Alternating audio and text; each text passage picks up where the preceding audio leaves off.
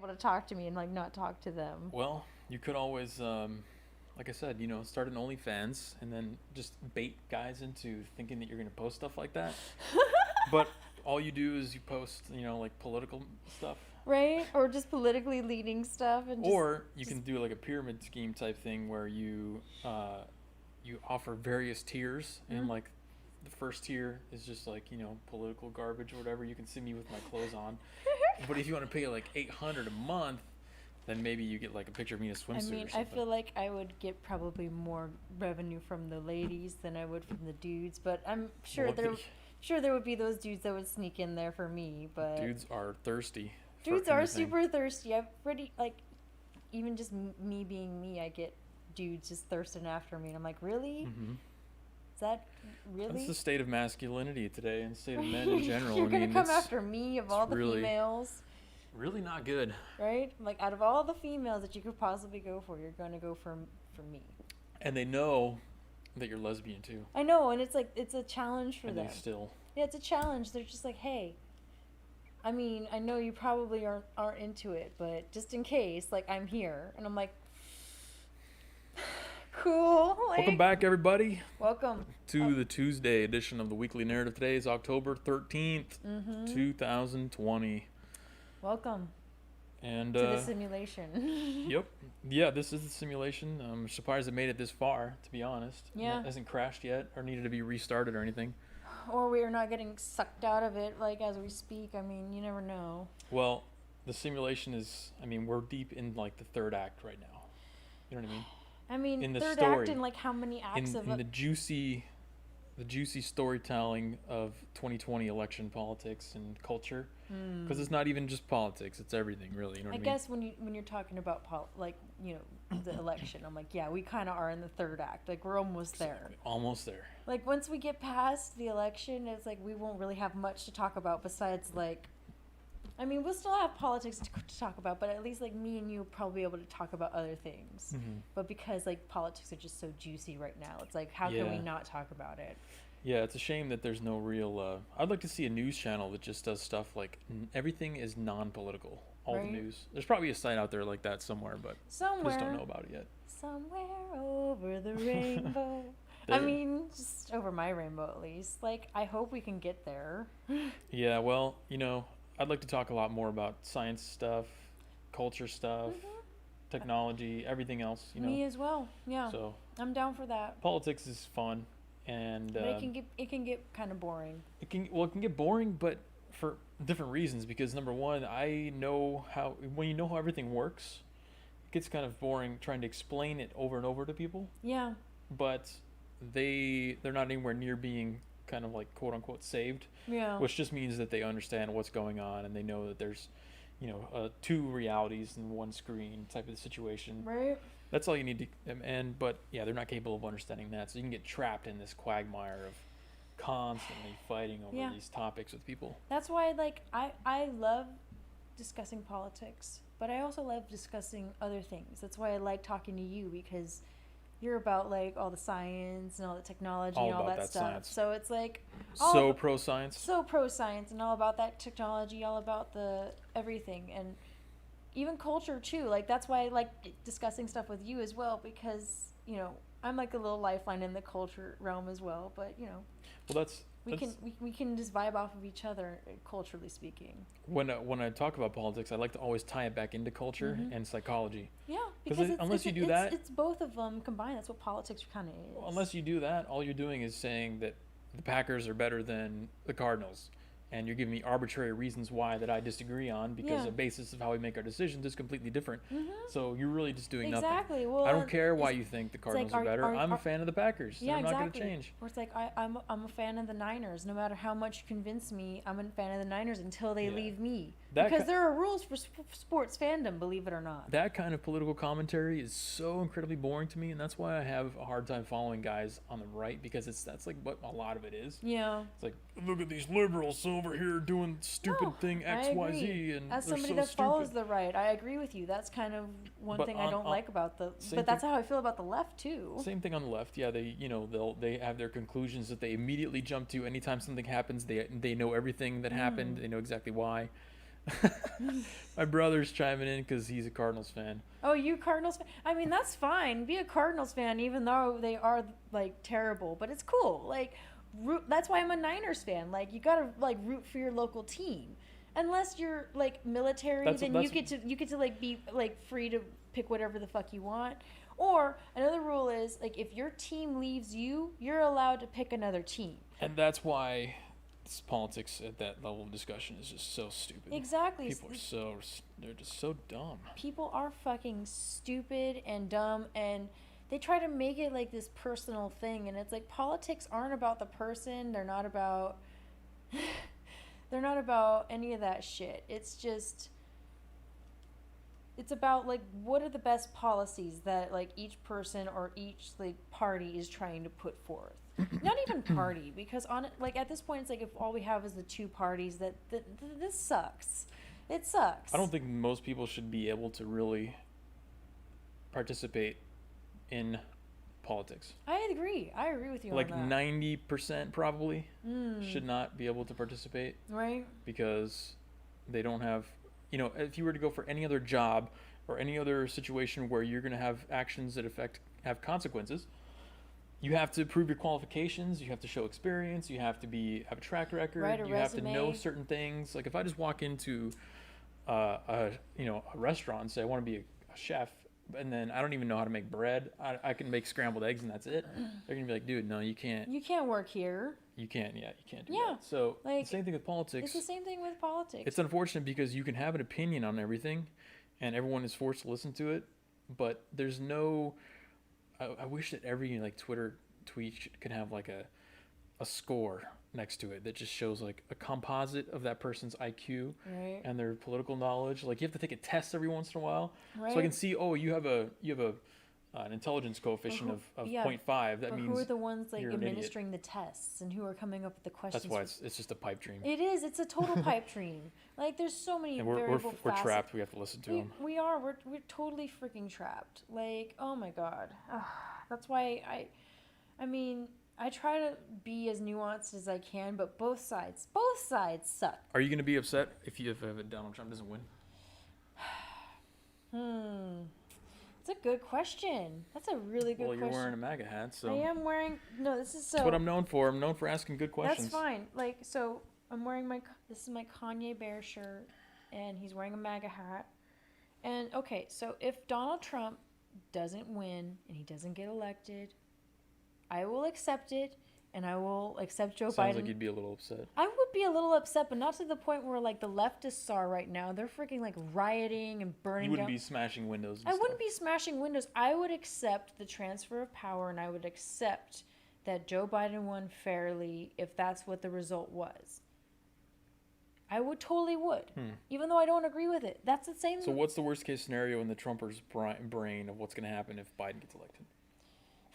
We all just have to suffer. And I just called you a Trumper, by the way. I mean, it's okay. Call me a Trumper. I could have called you Trumpist, which is what all the leftists... a Trumpist? They say Trumpist, which I think is funny. That's hilarious. But that's what they call... Anyone who disagrees with them is just a Trumpist. Okay. Well, I mean, call me a Trumpist or a Trumper. I'll go with a more, like... A Trumper. Something that makes me look a little less infantile. I'm going to go with Trumper. I like Trumper. You're Trumper. I'm a total Trumper. That's fine. So what if Biden wins? What, I mean, is the world going to end? Are we talking like asteroid? Or what's going to happen? I don't think it's going to end. I don't think like an asteroid's going to come and like destroy the planet or anything like that. I think a lot of people are going to be upset.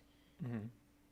But I think But they're just going to get up and go to work the next day. They're going to get up and go to work the next day and then peacefully protest on the weekends, just like all of the Hillary people have been doing for 4 years, except they're not doing it on the weekends. They're doing it during the weekdays, and they're also like pillaging and like looting and doing all kinds of shit that they shouldn't be doing. I worked with a female a few years back, and after Trump won in 2016, she had to take the day off afterward. Oh my God, really? She was one of those? Yeah, that's was she like one of the ones that was like in the street? Probably, I don't know. Maybe, but so my best case scenario is when Trump wins, is the meltdowns. All the meltdowns that we're gonna see. Oh yeah, no. From the left. That's gonna be fun either way. I mean, like watching people melt just down. Just the memes that we've all the conservatives have like accumulated of all of the leftist meltdowns. They've been yelling at themselves in the mirror for the last 4 years straight. They're gonna yell some more when Trump gets elected. Their vocal cords are definitely warmed up. They better be warmed up because it's like we're like 20 something days away, 23, 24. Something like that, yeah, three weeks. Right, something like that. So yeah, and I got my mail-in ballot the other day, but I'm just gonna hold on to it and then wait until election day to go turn it in because I don't trust the mail system. I'm sorry, I just don't. Like I just let me tell you what's gonna happen. I asked you what was the worst case scenario for you worst as a case Trumper? scenario is that I'm just gonna move on with my fucking life and just You're gonna adapt. I'm gonna adapt just like we did with Trump. Wow, what a crazy concept. We adapted with freaking Trump, man. That was basically gonna be my answer. I was gonna say that I don't care who really wins. It doesn't affect my it doesn't affect you personally. Day to day. I might have to adapt on a few things, but I'm still gonna have my mission, and I'm still gonna be on that. You're still gonna work just as freaking hard as you always do. Yeah, if it turns out that leaving the country is the best decision for my mission, then I'm gonna do it. I'm not gonna cry about it. I'm not gonna post on Twitter. You're gonna finally move to Japan like you always wanted. I'm not gonna post on Twitter and cry about it. I'm just gonna do it. You're just gonna do That's it. I mean, that's what normal folk do. My success and my happiness isn't reliant on one guy who's in some office somewhere that I'm never going to see. Right. But all these people on the left, that's how they're treating it. Right. And that's the mistake they're making. That's the mistake they're making. And that's, I think most Trumpers like me. Here's what's really going to happen, though. Feel the same way as I do. If Biden does get elected. Yeah, I think most people are on the same vein pretty much as you. If it happens, it's not the end of the world, but it's going to suck. It's going to suck, but we'll still work hard and stand up and do what we need to do. But we're not going to be happy about it. Well, I want to try and speak for a lot of them. So to take that more of a worst case scenario approach that they're talking about, because a lot of them do make it sound like it's going to be an apocalyptic type situation, the end of the country. Mm-hmm. And here's my take. You ready for some hot takes? Which camera are we on? We are on this front. This is the hot take. Okay. Hot take Tuesday. It's not going to be. I like that. It's not going to be a catastrophic instance of disaster. It's not going to be like he gets in and then he throws all the white people in internment camps or anything like that. Yeah. The reason why people don't want him in office and the reason why people say it's going to lead to the destruction of the country is because he's going to get in and then the emphasis is going to shift. Mm-hmm. The emphasis on how we make our decisions at a government level is going to shift away from individuals, away from business.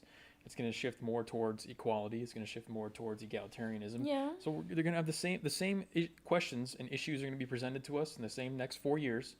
But instead of going the way of individualism and business and free markets, we're going to go towards equality and making everything softer so that everyone's comfortable. Putting the wheelchair ramp in at the porta potty and all that kind of stuff. Yeah, putting the wheelchair ramp in and everywhere. Everything. And having light switches down towards the middle of the wall instead of just so everyone's happy. Yeah, just so the short people are happy. Not even short people, but just the disabled folk. But it's the disabled people who. Folk. I mean, you heard the term I was saying earlier, and I don't want to say that. Increase in regulation everywhere makes it harder to do business. It's going to make it harder. We're basically going to become Europe, what's going to happen. There's going to be an increased friction everywhere along the way in the systems that make America what it is, which is the free market, capitalism, business, small business. There's going to be increased friction everywhere because of we have to make everything softer and easier and regulations. It's about equality. So that's what they mean when they say it's going to destroy the country. You don't even have to go. You don't have to go as far as saying it's going to be. Oh, they're going to bring in socialism and all this. No. You don't have to go that far. All you have to do is point out that they're going to make all these decisions in one way, and they're going to emphasize trying to make life for everyone softer and easier, which is the exact opposite of what we need to do right now. And that is going to lead to the slow death. Okay, when life gets easier, you end up being like one of these freaking homeless people that sleep on the fucking streets. They want us to be equal to those. That kind of person. And those people. MA says basically Biden administration will try to Californiaize the US. Yeah, exactly. And it's I'm sorry, but I'm not equal to... That's actually good. It is a good analogy because what they've tried to do in California is make everything softer and easier and make everything more equitable. It's you want to sleep on the side of the street? Go ahead. Look at what's happening. Even though it's not safe. Everyone's leaving. Oh, yeah. In droves. like crazy. My, The state's my, on I fire. I talked to my mom about this the other day at lunch. I asked her, I was like, have you thought about leaving California? And she's like, oh yeah, we've thought about it. So and I told her, I was like, will you take me with you? that's what happens when you make everything softer and easier. We don't need that. So I think that's how I could generalize their argument for that, and that's definitely going to be something that we'll clip out later and throw up on the page. So yeah, I mean, we got King Xenomorph in chat, MA, Voyager, what up? Testicles will be confiscated. Most likely. Most likely, yeah. That's definitely like. Well, they're kind of already doing that with like the fluoride in the water and stuff like that. Fluoride in the water. They don't have to cut them off. They just don't have need to cut them off. They make just them need not to work. chemically cut them off. Like Rotol, what up? Make all of these men into betas because which they are. That's a very successful campaign that they've. It's totally successful. Like as a woman, and I'm not like a total lesy where it's like, yeah, I only like women. Like I appreciate the beauty and the beauty of men and their elegance in their own way. Mm-hmm. But let me just say, alpha males are sexy. Like they are sexy. That's a biological constant. It is a biological constant. No matter if you're like all races, animals, everything. All races, animals, like when it comes to the male aspect of a species, like the alphas are the sexy ones. Like, and even as a lesbian woman, I'm attracted to like the alpha males. Like I am geared and like just naturally gravitating towards like the alpha males because those are the ones are gonna like. Well, they're gonna increase your chances if you partner with them for any endeavor in life. They're gonna like take care of your kids, and they're gonna like. They're going to take care of you, and they got the good jobs, and they got, like, the good head on their shoulders. They're not violent. You don't even have to get into, like, the relationship status of the whole analysis. You just have to say that, if you team up with them at any level, if he's leading your business, if he's your boss, if he's your, whatever, he's going to likely be more successful because he's got that assertiveness and everything, and you don't see any of that. Yeah, as M.A. said, she says, men already are too afraid to be alpha. It's so true. They are. I know so many men that are like total alpha men, but they can't be, like, they are afraid to be alpha men. And it's sad because the alpha men, like, I'm sorry, but those are like the sexy ones. It's not really a choice, though. I know it isn't. But there is a biological aspect to it that they don't have. They don't have the ability to change, and that's like testosterone, how you're raised with the parents and stuff like that. Just got them juices flowing. That's why all those guys that are arrested at those protests, they all look like mutants. They do. Because they have no testosterone. Yeah. They had the poor parenting. They didn't have, they didn't grow up in a society where their role was defined very well and they had a good role models and all that kind of stuff. They didn't have alphas to look up to themselves. Like, and then probably any all their dads were either non-existent or betas.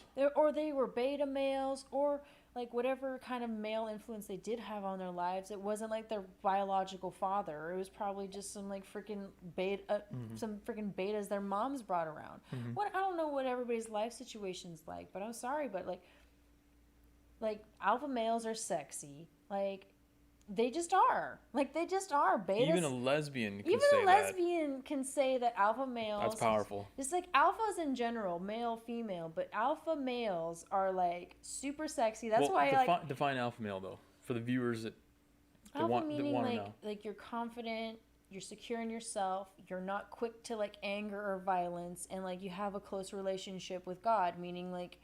Oh, so there's a religious component to your alpha definition? Like a spiritual-esque component to it. Spiritual component? Because, like, if they're religious, that's cool, too. But I'm just saying, like, close to God, meaning, like, they understand, just like I understand, like, my biological role in life. And, like, men shouldn't be freaking, like, violent and quick to anger like they are nowadays. And that's just attractive to me. That's a feminine behavior. It is a very feminine behavior. It's neuroticism. I mean, you don't want to be like fearing for like when you're talking to somebody that they're going to get violent on you. And unfortunately, there's a lot of just terrible people out there that are just violent and just angry folk. Whether they're male or female, they're just strip angry. Away all their political affiliations. Yeah, just strip away everything. Just look at their personality. They're just angry freaking people, male or female. They're angry. They're like and unfortunately, like fragile. I say fragile too because a mature person is secure in themselves and isn't quick to anger and isn't quick to just Fragile means you see a MAGA hat in the grocery store, Yeah, and then you're like, you see MAGA, and it's just like it makes you want to beat that person. yeah. Instead of just carry about your day. I saw a guy with the rainbow Bernie shirt at the gym yesterday. He was right in front of me. He was a little softer, pudgier, but I didn't care at all. Yeah, you just care about your day. You could have said like. No, I was caring about my form on the bench press. You were caring about how much swole you were getting. I was like, it's been a long time since I've been to the gym. I hope I can do this bench press right now. Right? And I choke myself to death. I just hope I don't look like a little bitch in front of all these other fucking bitches. I look like a little bitch in front of the guy with the rainbow Bernie shirt. I don't look like a little fucking bitch in front of this dude over here with a rainbow shirt who may or may not be gay, but I don't want to say nothing. That's why you don't want to say anything to them. That's what I'm worried about. I don't care about. I know you don't care about none of that. But I'm trying to illustrate your point of the alpha male, someone who's like. Alpha males are. You don't care about externalities. Whatever's coming at you, it doesn't matter. Like, These people, they're so reactive to everything. And I think the problem is, it's like media and like society has like bred women. Women? Yeah, they bred women, but they've also like brainwashed women into believing like certain things are like alpha characteristics when they're really not. Well, that's what Voyager was talking about. The APA classified multiple normal male traits as, quote, toxic masculinity. That's the whole shift. That's what we're talking about with this whole thing. The shift of feminizing men. It's not just feminizing men. It's a complete inversion of both genders. They're making the women more masculine. They're saying, oh, you gotta get a career, and don't worry about having kids until you're 40. Yeah, don't even worry about having kids in general. Get a good career, and just career. If you get pregnant because you're having like wild sex with multiple partners, just get an abortion. It's fine, and you just carry about your day. Don't let anything get in the way of your career. Your career should be number one at all times. And if you do like get pregnant, like don't worry about it. Like you can take care of that anyways. So they're masculinizing the men, the women. The women, and they're feminizing the men. They're making us all. They want to make just one like pool of sludge. It's one pool of just like degeneracy. And if you look at these people, like at the protests, the mugshots and stuff like that, they're very androgynous. Oh yeah. You can't barely tell if they're male or if they're female. They don't have the bone structure. They look weak. Like they just look sick. All of them look sick. And when you look sick, you kind of lose the defining features. And then when you watch the videos of these protests and these protesters like getting involved in the conflicts, you'll notice that the women are like the first line of defense when it comes to like all of it. Like the women are like attacking the people first and foremost, and then the men are just standing back and like going, "Don't you dare hit her!" Yeah. When that's like literally the opposite of what you should be doing. Like the men should be the first ones like tearing shit down, and the women should be like, "Don't hurt him." I just remember in one of the videos that I made, I went across the street to the side of the protesters who were all the mutants, and there was one girl with her boyfriend, and I went to ask him a question, I think, and she spoke for him. And she just said everything. And he was completely like submissive. God. He didn't. Beta. Yeah, exactly. And that's how they all are. They're all very they're just weak and submissive. They're physically weak too. If you see them in person, they're scrawny. They're short. Lift. They're like malformed. I mean, I'm scrawny, but I'm sure I could lift something. They're malnutrition. They're like they don't have. It's really bad. I mean, I lift that 30-pound kettlebell you had, so I'm not that scrawny. But 30 pounds really isn't that much. You're a female. You're supposed to be I'm supposed to be weak and demure. Yes, exactly. I'm supposed to be fragile. Fragile. Fragile. If your boyfriend cannot pick you up physically, get rid of him. I agree, King Xenomorph. I agree. Stoicism is toxic. That's BS. Yeah. Just for me personally, like if I can't girls don't mean to be unless you have like a bull dyke girlfriend. Don't mean to be like a fat shamer or nothing, but it's like if I can't physically pick you up, me, my 5'10" ass, like if I can't pick you up, I'm sorry, it's a no go for me. And I mean, I can pick up some fat stuff. Shaming. I don't want to be no fat shamer because it's not that I'm not, but. Sorry, but I don't want to like worry about getting crushed. Well, this is all very. It's not my jam, babe. This is all exactly tying into one of the things that I want to talk about today, which is this tweet that you guys may have saw. It was relating to the ACB nominee Amy Coney Barrett. She was doing her hearings. And then this guy from Twitter comes on here and pulls out one of her comments about sexual preference. Oh, no. Yeah. She turned out like that old terminology. So. Oh, no, how dare she? That ancient term that nobody's used for. Instead of saying orientation, she says preference. So here's the tweet on the screen, you guys, from Kyle Griffin. At Kyle Griffin says, quote, sexual preference, unquote, a term used by Justice Barrett, is offensive and outdated. The term implies sexuality is a choice. It is not. News organizations should not repeat Justice Barrett's words without providing that important context. 57,000 likes, probably well over 20,000 retweets at this point, because this screenshot was taken a couple hours ago. And then there's the response immediately underneath it with this chick, I don't even know who, Leslie Prohl, says, she also just said, quote, the mentally ill, which is also offensive. Well, I mean, God damn it. Like, let that sink in for you. Okay, so I'm going to simplify. This dude is eating a burrito. That's great. The thing about it, when she says sexual preference, like, it is a preference. Like, she doesn't mean to be, like, offensive. She doesn't mean to be, like, oh, it's a choice. But at the end of the day, it is a choice. You can choose who you want to sleep with at night and who you want to have sex with.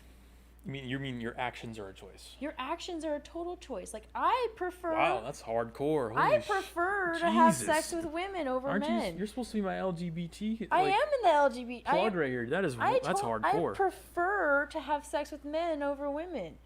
That is my sexual preference. So for her to say, like... For her to say sexual preference, I'm not offended by it. I'm like, because it is. Because I would prefer to have sex with women over men. And I think there's a lot of people in the LGBT community that would agree with me on that and not get offended by those words, because it's really not that big a deal.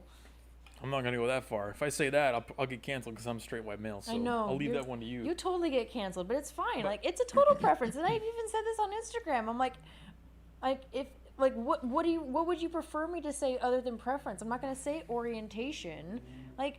Yeah, I'm a lesbian, is like, y'all, lesbian. It's like some people would like to call me.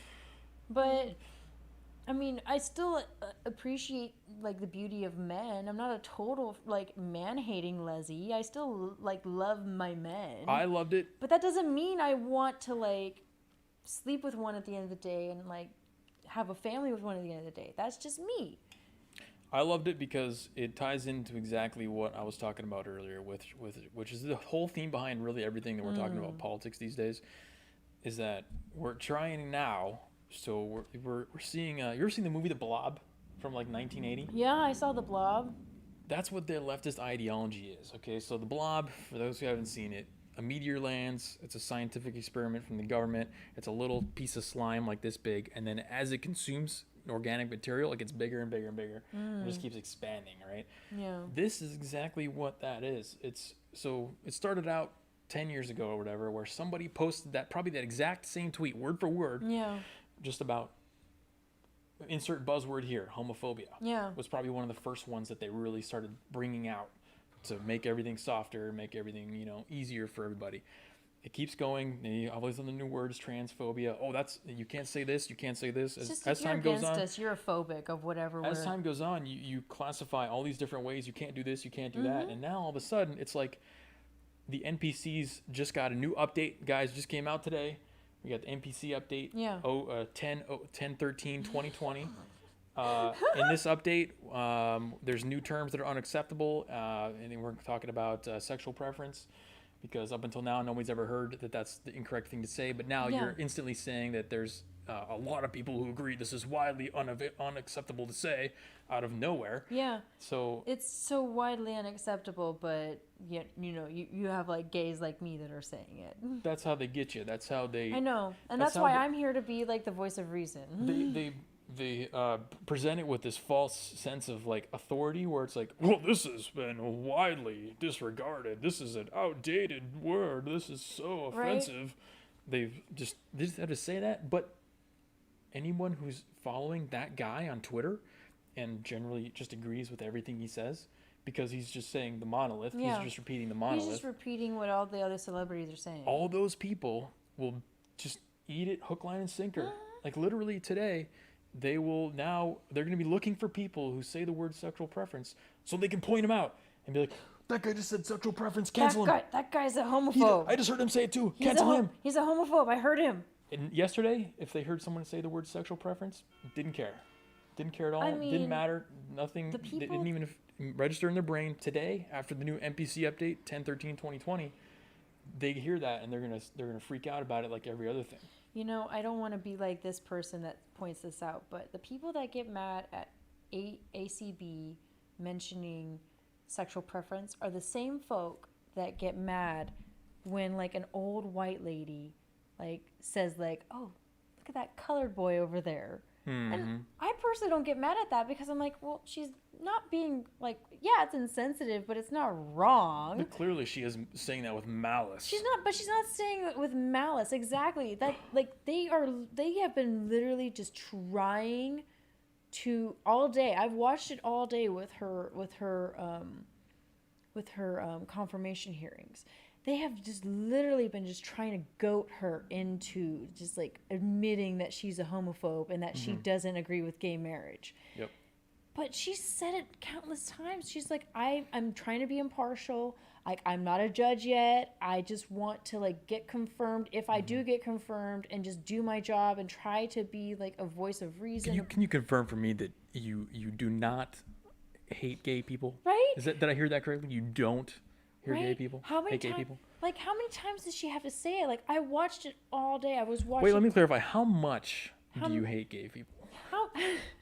How much do you think that gay people should get married? Do you think that they should have marriage rights? Like, if you agree with interracial marriage, then how can you not agree with gay marriage? Like, that's literally the points that they've been trying to bring up to her all day. Yeah. And she's just over here just like, look, I'm just trying to be impartial. I just want to get confirmed. I just want to... Well, here, you got to give him credit where it's due. It's not as bad as Kavanaugh. That's true. That was... Kavanaugh's hearings were awful. I was half expecting him to come so out bad for him.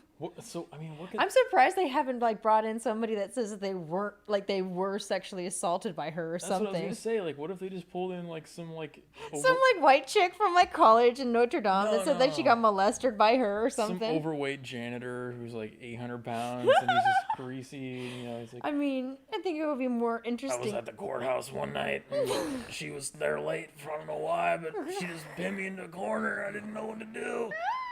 Like, why didn't they pull that out? No, it needs to be some, like, fucking old-ass biddy from, like, her Notre Dame days when she was in college. And she said, she pulled me into the room, and she tucked my hair behind my ear, and then she started to kiss me behind my ear. That's what they could have done. They could have, like, made up some stories about her being, like, a sorority girl or something. Yeah, sorority lesbian or some shit like that. They could have done. They tried, but, like, when RBG died and they were trying to, like, think of, like, oh, who's Trump gonna confirm?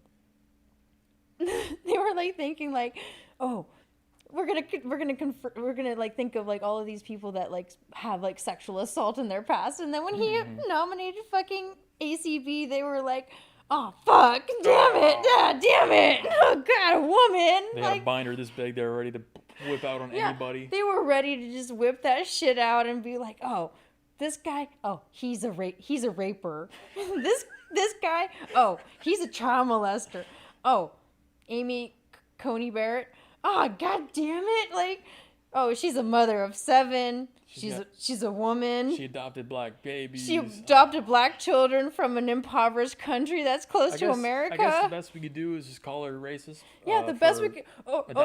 She's not a racist. Oh, it's proven she's not a racist. Oh, okay. Homophobe. We're gonna go with homophobe. Let's go. Let's just like lead people down the homophobe route, and that's why they should hate her. Anti-Catholicism as well. She's not a Catholic? I thought she was a Catholic. The anti-Catholics are against. They're pushing the anti-Catholic angle. Of course. So because they just reverted back. Catholics are evil. That's how good she is and how clean she is. They had to revert back to that like '08 narrative of anti-religion stuff. Like that's an old narrative. Nobody cares about that anymore. We all used to hate on Christianity. You know, that's played out now. So no, I don't think it's played out, honestly. Just hanging out with like some lefties in my well, it's played out in reality. Yeah. It's not played out as a narrative. It's alive and well as a narrative because I mean, religious people they gave up the gay marriage. That was the big thing. Yeah. That's all anybody had to complain about with the religious people. Right. Now they can kind of complain about religious people, by proxy with their stance on abortion, but it's not a one-to-one. Just because you're religious means you disagree with abortion, or just because you disagree with abortion means you're religious. Right. So. Yeah, I mean, I disagree with abortion, not even from a religious standpoint, but just from a scientific and like just moral standpoint for me. Because for me, it's like religion definitely has a big like play into morals, but for just a moral standpoint of like, I just don't want to see human beings like suffer, period. Like as much as possible, like why not protect them from... I want to see them suffer a little. I mean, a little bit, but not when they're like in their like... beginning stages of life. You know, when they're adults and they like make the wrong choice to suffer and like they make the choice to suffer, that's a whole nother thing. But when they're like not even born yet and they suffer, that's what I have a problem with. I'm on that Spartan regimen. I think we should throw just people throw off the ones cliffs. that like don't belong just off look the at cliff. the baby, he's like, oh, his thing's too small. No. Kick him off. No, I'm not that hardcore, but we do need some. You can't make everything too soft. And that was the whole point of why I wanted to bring this up, because this whole thing just continues the narrative of making everything softer. Yeah. Making everything. The whole point behind him saying that was that it was offensive. It's not offensive though. Who cares? Yeah, who cares? Who gives? I mean, he clearly does because he decided to tweet about it. Well, no, he does, and everyone who follows him does, because that's how and they all operate. of the thousands of people that liked and shared that shit cared about it. They operate on a basis of morality, not logic and rationality. So the morality, now there's a new rule in the morality book, and you can't say sexual preference or mental illness, which is like, what? I just don't think they... Mental illness, They don't really? like the fact that they refer to, like, probably transgender people as mentally ill, but, I mean, they kind of are. But it's okay. It's on the down low. Whoa. It's on the down low. It's another one that I can't talk about. I know you can't talk about it, but I can. You can say it. I could totally say it. Like, it's fine. Like, I know plenty of, like, I am friends with plenty of transgender people, and they will even admit their own mental illness. So it's fine. Like, we're all mentally ill in our own way, except for this guy right here. Like, well, he's like... They wear it as a badge of honor. That's why I'm confused, because they say, like, if you look at their, like, Twitter profiles, or, like, back in the day when... what's that one Tumblr, the super degenerate one, back when all this stuff was developing on Tumblr, all the homosexual culture and transgender and stuff, they would tout it, like, and they still have it on their dating profiles on Tinder. I'm sure you've seen, hey, I'm whatever, I have anxiety, I'm bipolar, and I'm mental illness. Swipe left. Like, they literally they just list it out, and it's like, no, they wear it as a badge of honor. I know exactly that, and that's why I swipe left on those motherfuckers. Like, I don't want to deal with that because I got my own battles to deal with. Like, why? Well, it's nice that they put it out there for you. I know it's nice that they put it out there for me. Psychological evaluation on here as well. All right, great. But the thing about those profiles I've noticed on like Tinder and like all the dating shit is that it's like the ones that like tout all their mental illness. Do you look at their profile pictures, or you look at their just profile in general? They're mutants. They're fucking mutants. They'll say like they're like a transgender woman, and then you look at their pictures, and these are like just straight up dudes. Just dudes with like full on beards. They're like balding, but they have like full on beards, body hair, like are not on hormones, have not undergone like psychiatric evaluation to like really say like, yeah, you are. Do you think they're actually like transgender, or do you think they're trying to like sneak in? I think they're trying to sneak in some of them. Really? Yeah, I'm dead ass serious, and that's just going off of like the transgenders, like the prominent transgenders that I do follow on like YouTube and like the social medias, because those are the transgenders that I look to when it comes to transgenderism, because they're not like the crazy ones that are like still having beards and like claiming that they're transgender. Like the ones that I look up to, they're like, they've done everything they possibly can to like look as like close to being male or female as possible without like pushing that boundary of like, oh, I'm non-binary. I just think people are going to be upset when they learn that they can't tout their mental illnesses Right? anymore because it's offensive. Like, well, and also too, it's like, okay, I have anxiety or depression. It's like, okay, who doesn't? Who doesn't, especially right now during COVID? Who doesn't have anxiety or depression or isn't like some kind of like have some depravity to them like at some point in their life? Like, it's just so, it's like people just really, like you said, they want to wear it as a badge of honor. Like, yeah, look at me. I have the anxiety badge. That's look the at coolest me. thing about them. Yeah, that's the coolest thing about them, that I am an anxious person. I'm sorry, I don't want to date an anxious person. That's just not my jam. Agreed. Let's go through some of these comments here in the chat. We got the Red Raven. He says, highlight of the Senate hearing was Cory Booker asking a white woman who adopted 2 black kids if she denounces white supremacy. Oh, I know. I saw that, Red Raven, and I just like shook my head because face, palm. I know, right? Like, Cory Booker. I hate this guy so much. Like, basically all the Democrats that... No, she has black babies because she wants to emulate having slaves. Right. So she bought them, paid for them, and, well, I'm trying to take the, the crazy leftist I know, take on take the leftist take, but, like, that's the thing about the left is they're super fucking racist. What they'll say is, this is their legitimate, actual argument, okay? This is what they say. They say they fetishize it. They fetishize having black kids. Oh my god. Or the Ibram Kendi guy, what did he say? He said it was like colonialism or something like that to have black. Like, he basically said that they were racist. I don't know what the logic was, but it ended up, surprisingly, who would have thought that they are racist? Yeah, that they're actually racist and not that they're like 2 people that love each other and want to like love their children even if their children don't look like them. Oh my god, like that's the worst possible thing ever. Like, oh my god, how horrible. Brandon Stewart says, who you got for the Khabib versus Justin? I don't know, but I would have to default to Khabib. I don't even know what that means. It's MMA stuff. Oh, yeah. It's MMA? Huckleberry says, MA just pointing out simple math makes so many snowflakes and Karens melt and run away. Yeah, that's true. Yeah, MA...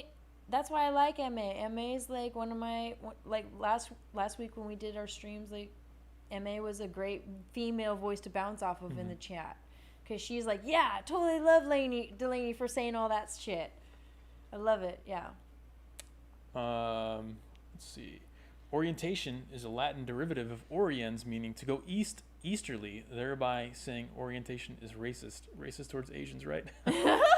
Dave, that's the whole game. If you want to play the game, we could play the game. I know, we can totally we can come up with we can come up with words and bullshit I'm to really feed good at you BS. guys. I was gonna say this guy's pretty good at BS, and I could probably twist them into a pretzel. For like really gullible people, he could definitely anything that they knock love, your socks whatever. off. You could find a way to. Yeah, definitely. To pretzel them into that's it. why I'm here to like be the levity for you a little bit. Life Roll Toll gives an example of an error code for when the NPCs encounter the new sexual preference term.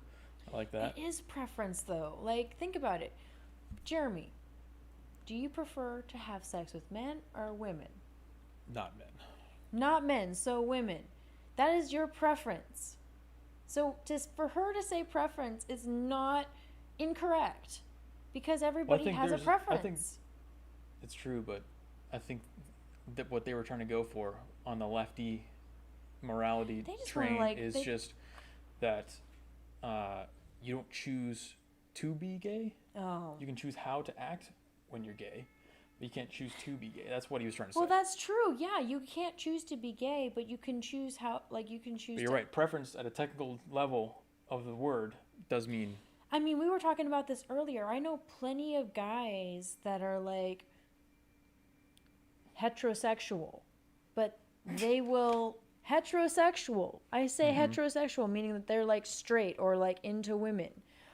But they've told me they're like, yeah, I've hooked up with dudes in the past, or like a transgender or transsexual, whatever you want to call them. But they still consider themselves straight, and I consider them straight as well, because like I've asked them, I'm like, so when you've hooked up with a dude before, like has it always just been like a tranny, or was it like like a gay man. And like, well, yeah, I was a gay man and like a very feminine gay man. And I was like, oh, okay, so you are pretty much straight, but you're just a horn dog, and will just fuck anything when like the mood strikes you. And they're like, yeah. I'm like, okay. So yeah, there is a sexual preference. Like that's what I'm trying to tell people. It's like some people are like me and like you, where it's like we're very rigid You and think like about it way too much more than that guy ever did before he. right? Or it's like we're very rigid in like how we want things. Like I prefer women, you prefer women as well. And then there are girls out there that prefer men. And then there are people who are ambiguous with it, period. They're like, oh, as long as they look a certain way or act a certain way or carry themselves a certain way. And I'm just like, no, like. Good. I'm here. I'm like glad you're here to make the argument I'm because like, I can't do I'm like, that. I like certain parts. Like I'm a total lesbian. My freedom of speech doesn't cover those topics. I know your freedom of speech is so limited as a straight white male. I feel so bad for you. Huckleberry Auditor says 213,000 divided by 350 million is only 0.0005% have died. This proves the majority of people eat bowls of stupid for breakfast. Most have seconds also. Yeah, Huckleberry Auditor, I agree with you, my friend. Like I tried to point this out to And the 213 is not even a real number either. They just don't want to they didn't want to learn. Everybody knows the 213 is not a real number either. It's not a real number. That's the thing that I've been questioning since the beginning when we started doing this stream and this whole like quarantine lockdown thing started happening, where it's like, okay, yeah, 213, but how many of those people have actually like died from COVID or like COVID related symptoms or like, you know, that kind of stuff. Well, here's the trap. And how many have like died from something else but had COVID in their system, so they counted that as a COVID death. Yeah, this is the trap that everyone falls into right here. They compare us to other countries. Oh, I know. And that's the argument that they have for why we did bad. And then they'll say, compared to X country, we did poorly. But then they'll also say that our leadership was bad. So here's what I would say to the people who want to say, comparing us to other countries and saying we did poorly. This is what I want you to answer for me. And if you can answer this question, then we can continue the conversation. If you can't answer this question, then you're not qualified to talk on the subject. Don't speak. And no, that's just it. Tell me what the criteria for labeling a COVID death is in Europe versus America. Can you tell me what the difference is right now? Right? Tell me what the criteria is and how it's different. They probably wouldn't be able to. And they'll say, and then I'll be like, you are not qualified to talk on the subject. Yeah. You can't speak to me on things that you don't know anything about. If you could tell me the criteria, then you could explain to me why there are multiple factors involved. We did worse, quote unquote worse. Quote unquote. Yeah. So that's the angle that you take with the people who try to compare it to different countries. Now, if you're taking it, the angle with the people who try to talk about the leadership thing, all you have to do, and again, don't argue with these people, okay? When you talk to someone who says, oh, we shouldn't open back up, we did terrible, our leadership was poor. Leadership was poor was the other big one. You just ask him, what should Trump have done differently? That's what I asked too. Like, what should he have done differently that you don't agree with? And they'll melt down. They'll flounder. They'll melt down. They might mention something about vaccines, but then you just mentioned Project Lightspeed or Warp Speed. Warp Speed, yeah. So that takes care of that one. Well, and then they won't have any other Speed, legitimate. And think about it, And then you can say that he closed travel to China against everyone else was saying no, and he said yes. Yeah. So that's how you handle. That's 90% of any COVID arguments that you guys have. I just solved it for you right there. That's how you respond to the two possible responses you're gonna get. And also too, the thing about the vaccines that a lot of people don't realize is that it takes quite a long time for any kind of vaccine to go on to the market. So the fact that Trump allocated a ton of resources, a ton of scientists to get a vaccine for this, I was impressed with, because I honestly didn't think he was going to do it.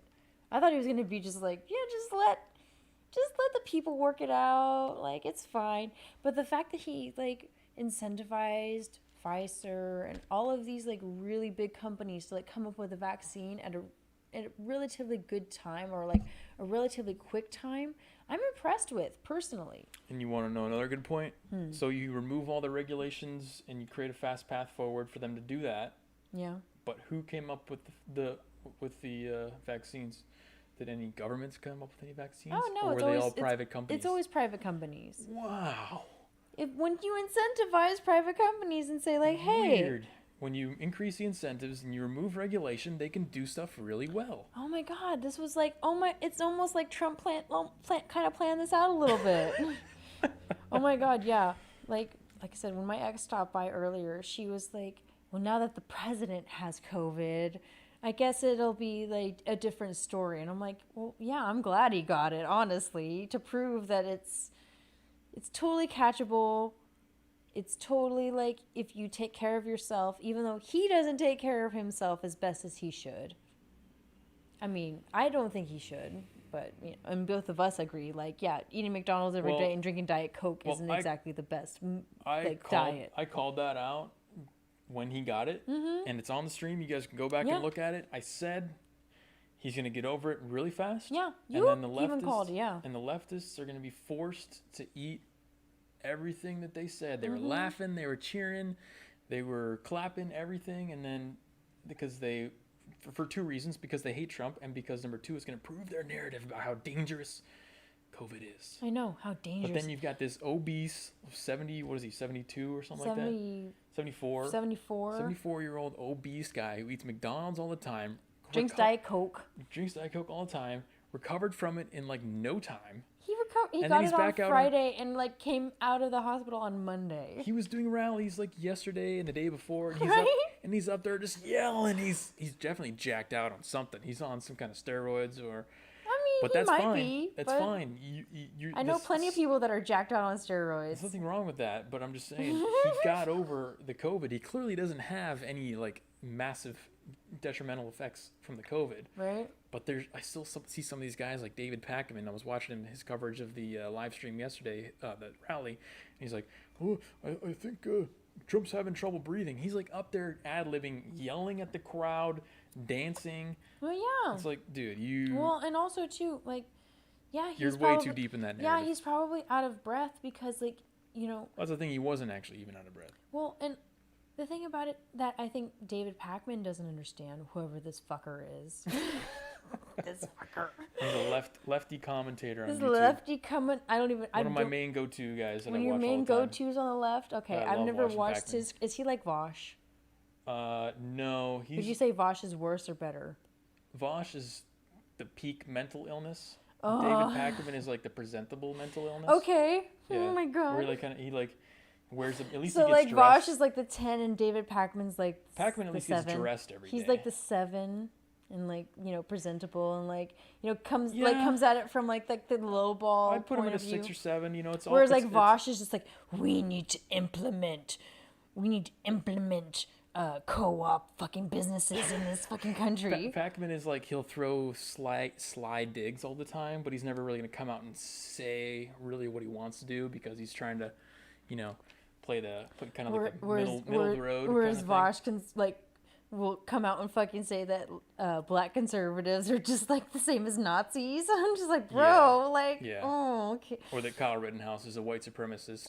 Like, oh, okay. From watching 20 seconds of video footage, you can tell he's a white supremacist. I know, you can just tell that he's a white supremacist for defending himself from like a mob of people. You can tell that he thinks one race is inferior to the other because of the way that he handled his firearm. Even though he and shot the white people. The three people that he shot are all white, so he's a white supremacist. Not a very good one. Not a very good one from what I can tell. Voyager says, we're constantly on defense to the left. The strategy is to keep their opponents tied up, endlessly addressing their frivolous accusations. Right? Trump short-circuits their methods. I agree. That's why they don't like him, is because he will, like, they'll give him 2 minutes to respond to something, and he'll respond in, like, 30 seconds or less.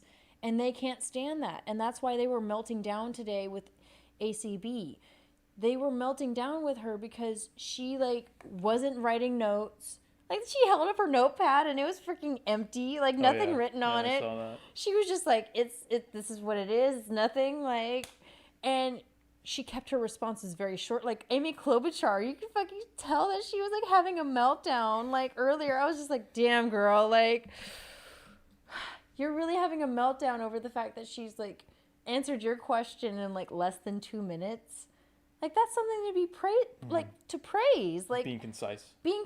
And being. No, in their world, the more words you say, like the bigger your word salad is, the more meaning it has behind it. But that doesn't matter if you're actually saying anything, but if it has words, it's just more meaningful. No, that's why I like the conservatives more, because they're very just like to the point. Well, this is what we stand it's for. It's all coming back to it all comes back to psychology. Okay, so when he says that Trump short circuits them, he doesn't address their frivolous accusations. All that is, it's the masculine trait of having a strong frame. Right. If somebody says some stupid stuff like saying sexual preference is offensive, the correct response to that is just to completely ignore it and act like you didn't even see it, because that's what Trump does to everything. Like, remember the 2016 debates and the Rosie O'Donnell response? Yeah. You have had multiple accusations of you said this and this about women, that they're ugly or whatever, and he says, what does he say? He didn't say, oh no, I didn't say that. I didn't mean that. You didn't hear the context. He just said, I was just talking about this one person. That would be falling into her frame as the questioner. But he was like, I don't give, and it wasn't even a conscious thought. He just naturally does it and avoids it and says, only Rosie O'Donnell. Oh, I'm only talking about this one person. Yeah. And that's why I like about him. That's how he short circuits. Yeah, exactly. Because they're trying to box you in. That's why I love him. They're trying to box you and Trump in and make you operate within their frame. But Trump doesn't care. He just goes anywhere he wants. Yeah, it's always his frame. He's just like, this is me. Like, don't like it, don't fucking listen. Yeah, exactly. Just that's how, like, I was... They can't handle that. The whole success of the left's entire political strategy is reliant on you being compliant to their frame. You have to be in their frame. If the country is made up of a bunch of individual, strong-willed, assertive men and women that aren't going to fall into other people's frames like that, and sexual preference is bad to say now. Okay, well, I guess I just won't say that anymore. No. Right. You carry on like you never even saw that tweet. Right. That's how everything would get, Yeah. back on track. And May says, who wants to bet AOC is jealous? There's another woman with a nickname of her initials. I mean, it's close, MA. It's not AOC, it's ACB. But I like it because I want to say ABC, but I can't. And I like it also, too, because they literally put Ruth Bader Ginsburg, RC, or whatever her fucking initials are. RCA. RCA. Well, that's what I saw. I saw people complaining because they're like, you can't make an acronym out of her name. That's an RBG thing only. She earned that. No, she didn't. That's what they were saying. She didn't earn shit. I'm sorry. They got triggered because they turned her name into an acronym. That's why I like ACB, man. That's why I call her ACB, because she's I love her. I like that throughout the whole. I watched most of it all day, and I could just see from all day of watching and observing her, she was really just trying to play the role of like, I'm trying to not say what my position is before I get confirmed. If I get confirmed, because they could say no. I don't think they're gonna say no, but they could say no. They could or they could drag it out until after the election, and then Biden will come in and fucking say, I don't want to nominate her. I want to nominate whatever fucking crazy lady I want to fucking 59 nominate. more justices. Yeah. Pack the court. I'm going to change the rules and pack the court. Well, no, he didn't say that. I mean, he didn't. He said he didn't say that. He said he wouldn't say. He said. Did you hear what he said on that?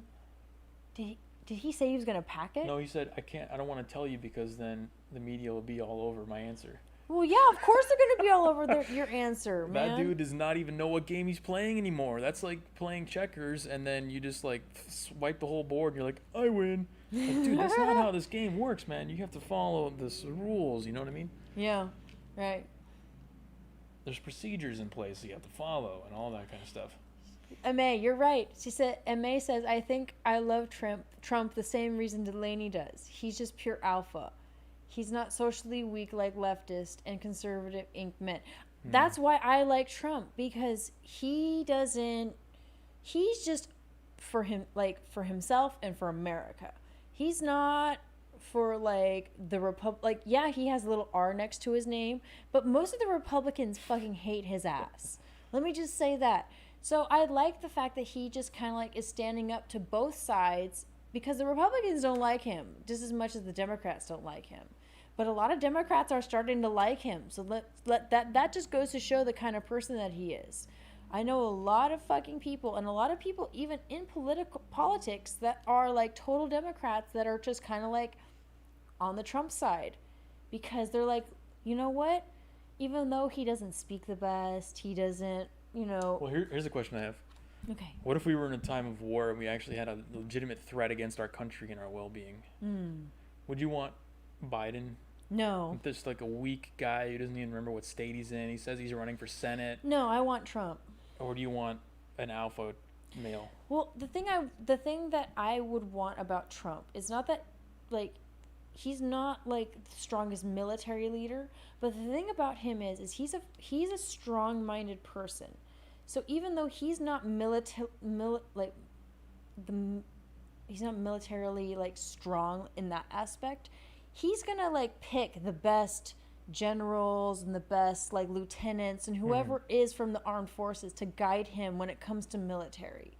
So I would trust him and like the people that he picks to like guide him militarily than fucking Biden. Biden's gonna pick like fucking Chelsea Manning to freaking guide him on. Man, we got another attack. I don't want to deal with this right now. He would just pick Chelsea Manning just for like the transgender like aspect of it. Put a lid on the day at 9 o'clock. Yeah, I don't want to talk about. He would just have like his token, like he would just have his token gays and his token fucking like colored people. Whereas like Trump is like, I truly 100% believe in these people to like guide me when it comes to military strategy. So if like say China invaded California, I would 100% like he's like, yeah, hope for that so that way I can flee. Do it.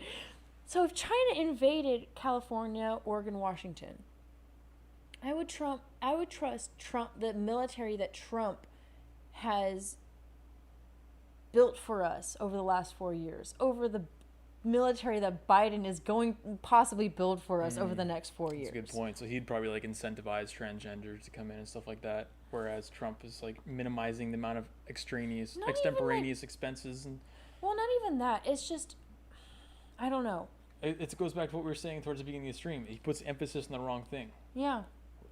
Biden would put emphasis on like diversity and safety and softness and like all that shit, and like ethnic, you know, diversity, and like having like a fucking just like transgender lead him militarily when it's like they'd probably like pass some laws that say you can like fly, you can like wear a rainbow flag into combat and stuff like that. Yeah, that kind of shit. And he would think that he's making like good tactical decision by doing that. Yeah, but and that's why I would trust Trump a little bit more. And also too, like if you look back at Trump's history, Trump has ROTC training. It's not I know he didn't serve himself because, you know, of all the shit that like people want to make splints. up. Yeah.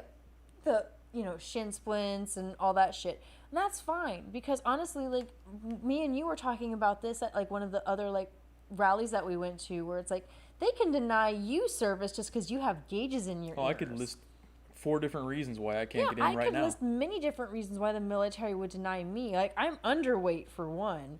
So they would deny me, like, the right to serve my country just because I'm underweight. But best believe in, like, a crisis, or, like, if it was, like, War of the Worlds, and they were like, hey, do you want to help us? Like, the military came up to me and they asked me if I wanted to help. I would fucking help them. Because that's just how I am. It's like, this is my military. I want to help them as much as I possibly fucking can. Yeah. It's like a War of the World scenario, you know. I like it. I like the angle you took with that. You know, yeah, exactly. It's like if it's like the, you know, aliens are invading and like the military has just been spent because they. My point was just that to talk with you and MA, we both agree that you want a beta. Alpha leader. I want an alpha leader, man. That's the situation where it becomes a lot more pertinent. You know, the personality type of the person that's leading your country. Yeah, right. Dirk says, question: do you think the polls reflect reality? No, because they're not like polling both sides, so it's not reality. Have you been polled? I've never been polled. I've never been polled. I've not once ever been polled. I would lie on it anyway. What would you say? I would say I'm a Biden voter. Oh my God, you would totally lie. Oh, I would absolutely lie. No. 100%. No, I would totally be like, no, sorry. I'm a registered Democrat too. I know you're registered. They would ask me, they're like, "What are you registered?" I say, "Democrat." And then they'd be like, "Oh, good. See, This is like the guy we care about." California, when you register Democrat and you vote not Democrat, that makes a way more of a difference in the state. So I get why you registered a Democrat.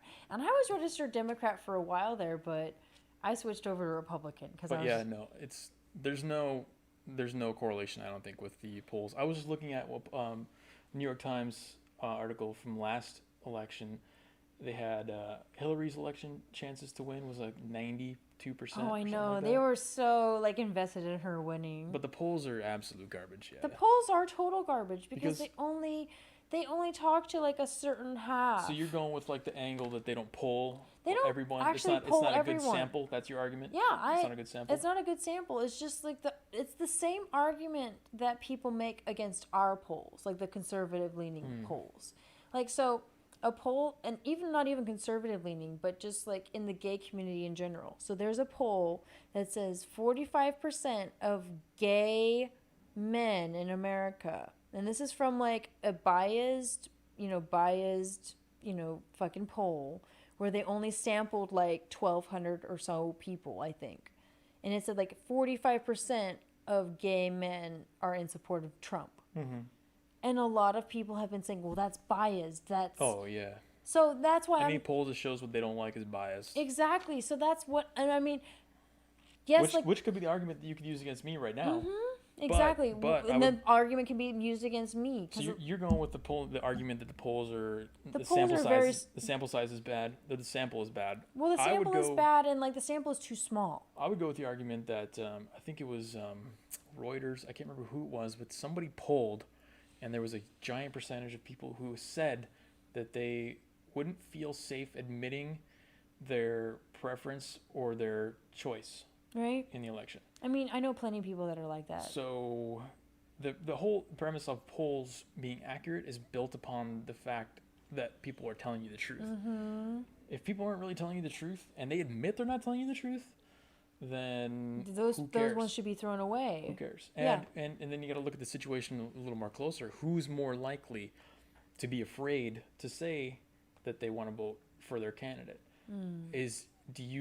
I saw a guy with the Bernie shirt in the gym. Mm-hmm. I see people with Biden stuff on all the time. Really? I see no Trump hats ever. I don't think I've ever seen a Trump hat out in public, just, like out here in my general vicinity. Of course. Well, you're in downtown, so. You would get attacked. You would get yelled at. Mm-hmm. They would try to dox you. They'd try to do anything they could to you. So I would posit that there's probably a little more risk involved if you're coming from the right. Oh yeah, there's way more risk.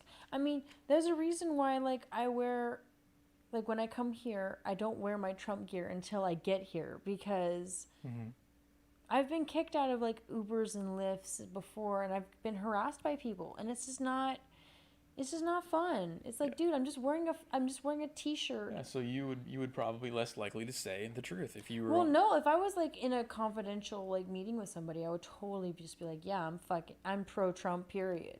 I'm not gonna wear MAGA gear all the time, of course. Like I have my few select pieces of MAGA merch. You gotta be selective with it. I've gotta be selective with it, and also too, like I've told people in the past streams, it's like I don't wear the red MAGA hat.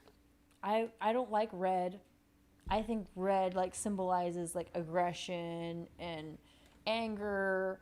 So the reason why people have been like, especially with the red MAGA hats, have been getting attacked is because people see red and think that you're automatically aggressive just because you're wearing something that's red. Whereas like if you're wearing something that's like a more neutral color, but you're still conveying the same message, people are a little bit more likely to hear it. Interesting. That's the way. So you're going into the color psychology of everything. I do. I go into the color psychology and the artistry behind things, because like I just think about when I see red. When I see somebody wearing a red shirt, it's like it's a very aggressive color. Whereas like if somebody's wearing like black or white or like a more neutral color or gray, it's like, okay, I'm more willing to approach them. But like even like say like this fucking shirt, it's a green shirt. you can actually buy this shirt from I think it's magashop.com. I bought it from a lesbian Trump supporter.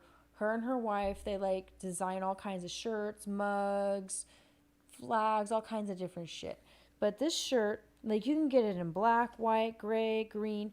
My favorite color is green, so I bought it in green. And also too, I was like, if I'm gonna get like something with MAGA on it, I want to get like a kind of more neutral, Just being a little more subtle about it. a little bit more subtle about it. And also too, it's the Kanye Bear.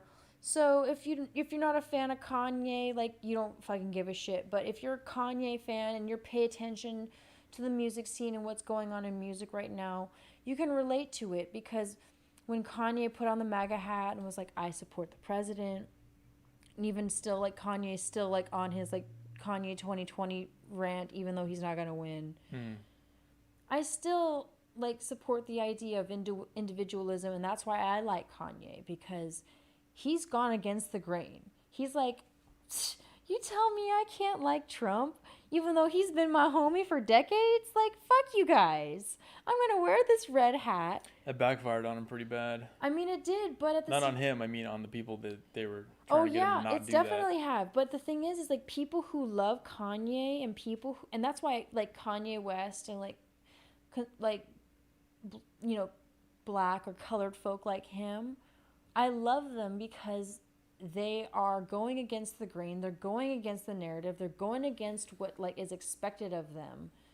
It's like, you're supposed to promote Democrats. It's like, no, I don't have to promote somebody I don't believe in, period.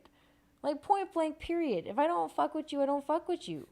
And that's how Kanye's been since day one. And the fact that people are trying to, like, make him out to be like this mentally ill person, I'm like, no, he's more awake than a lot of you fucking folk that, like, say that you're mentally stable. Wow. I mean, that's just me. We started talking about wearing clothes and polls, and we ended up on Kanye West. I know, right? But you anyway, took that one far. I know I did. I'm so sorry. No, I loved it. I mean, that's why you brought me in, right? You just go. I just like go. an Energizer Bunny. I am an Energizer Bunny, especially when you have a couple drinks in me. Dirk says there's not enough talk of right-wing death squads. Speaking of right-wing death squads, wink, wink. Did you see Tim Pool interviewed the head of the Proud Boys yesterday? Oh, yeah? Enrique Tarrio. I haven't gotten a chance to watch it, but I'll probably watch it when I go home. Oh, my God. The left is melting down over that. Yeah. It's a really, really eye-opening for people who are, if you're not really aware of what the Proud Boys are and what they do, he just basically debunks everything. Oh, yeah. Because they think that they're white supremacists. They think that they're, racist, fascist, militants. Oh, yeah. Insert bad word XYZ here. Just insert in, like, ist word. Ist. They're all ists. The ists. Yeah. Or as Ferris Or Bueller. phobes. As Ferris Bueller says, the isms. Isms and phobes. The isms and phobes. But he was basically just went on like, no, we don't care about white supremacy. We don't care about fascism. We don't care about any of that stuff. We laugh when Trump denounced us. We laugh when people were sharing the gay memes, which is what I said they would do. I know. Yeah, they were a bunch of gay dudes just making out with each other and hashtag Proud Boys. And I'm just like... They didn't care at all. Nobody cares. I just thought that was funny. That was hilarious. I know. They were like, we're going to flood the Proud Boy hashtag with a bunch of... They hate gays so much, they're going to hate this. It's like watch all the Proud Boys are just like, wow, so beautiful. So beautiful and strong. That's basically what he said they were doing. I mean... You're like, we don't care. That is what they did. They really did. They were like, we're going to flood this hashtag with a bunch of dudes making out with each other. And all the Proud Boys were just like, so beautiful and strong. This is the secondary effects of doing that and thinking you're clever and thinking you're smart, is that he said that their recruitment and their applications to join are like skyrocketing. Yeah. Well, because like people are like... They have more people trying to apply than they have in their chapters. Well, yeah, because people are like waking up and realizing like, I am pro-America. and I want to talk to a bunch of freaking people that are pro-America and pro like Western civilization. So why not join the Proud Boys? Especially if I know that they're not racist and they'll accept me as long as I'm not racist. Because that's one of their tenets. It's like, you can't be racist. It's literally one of the things they're trying to fight is racism. Yeah, it's like that's why they have like Asians. But you can't say that. That's why they have like Asians and black people and brown people and white people. Like, they don't care as long as you are not racist, no matter what your skin color is, like, and you accept the values that we do, they will like accept you into their group. Like, hell, like, I've talked to Proud Boys before, and they're some of the nicest people I've ever met. Like, yeah, most of them are white people, but that just because, I honestly think it's just because it's like mostly white people. That's why people think it's racist. And that's what's really sad to me. I don't even think that's true. I think it's true. I think that's what it is. I had to see some statistics. Dirk says Proud Boys are just a patriotic frat bros. That's pretty much it. They kind of are. That's really it. But it shows you... but that's what the culture, like, that's what the left thinks. It's like frat boys equals like white boys. Well, and even though there are like black fraternities and Asian fraternities and all that shit, they don't care. No, see, I don't even buy that there is a legitimate movement or argument against the Proud Boys. One person, this is the consequence of this Kyle guy saying sexual preference is offensive. One tweet a long time ago, somebody said the Proud Boys are racist.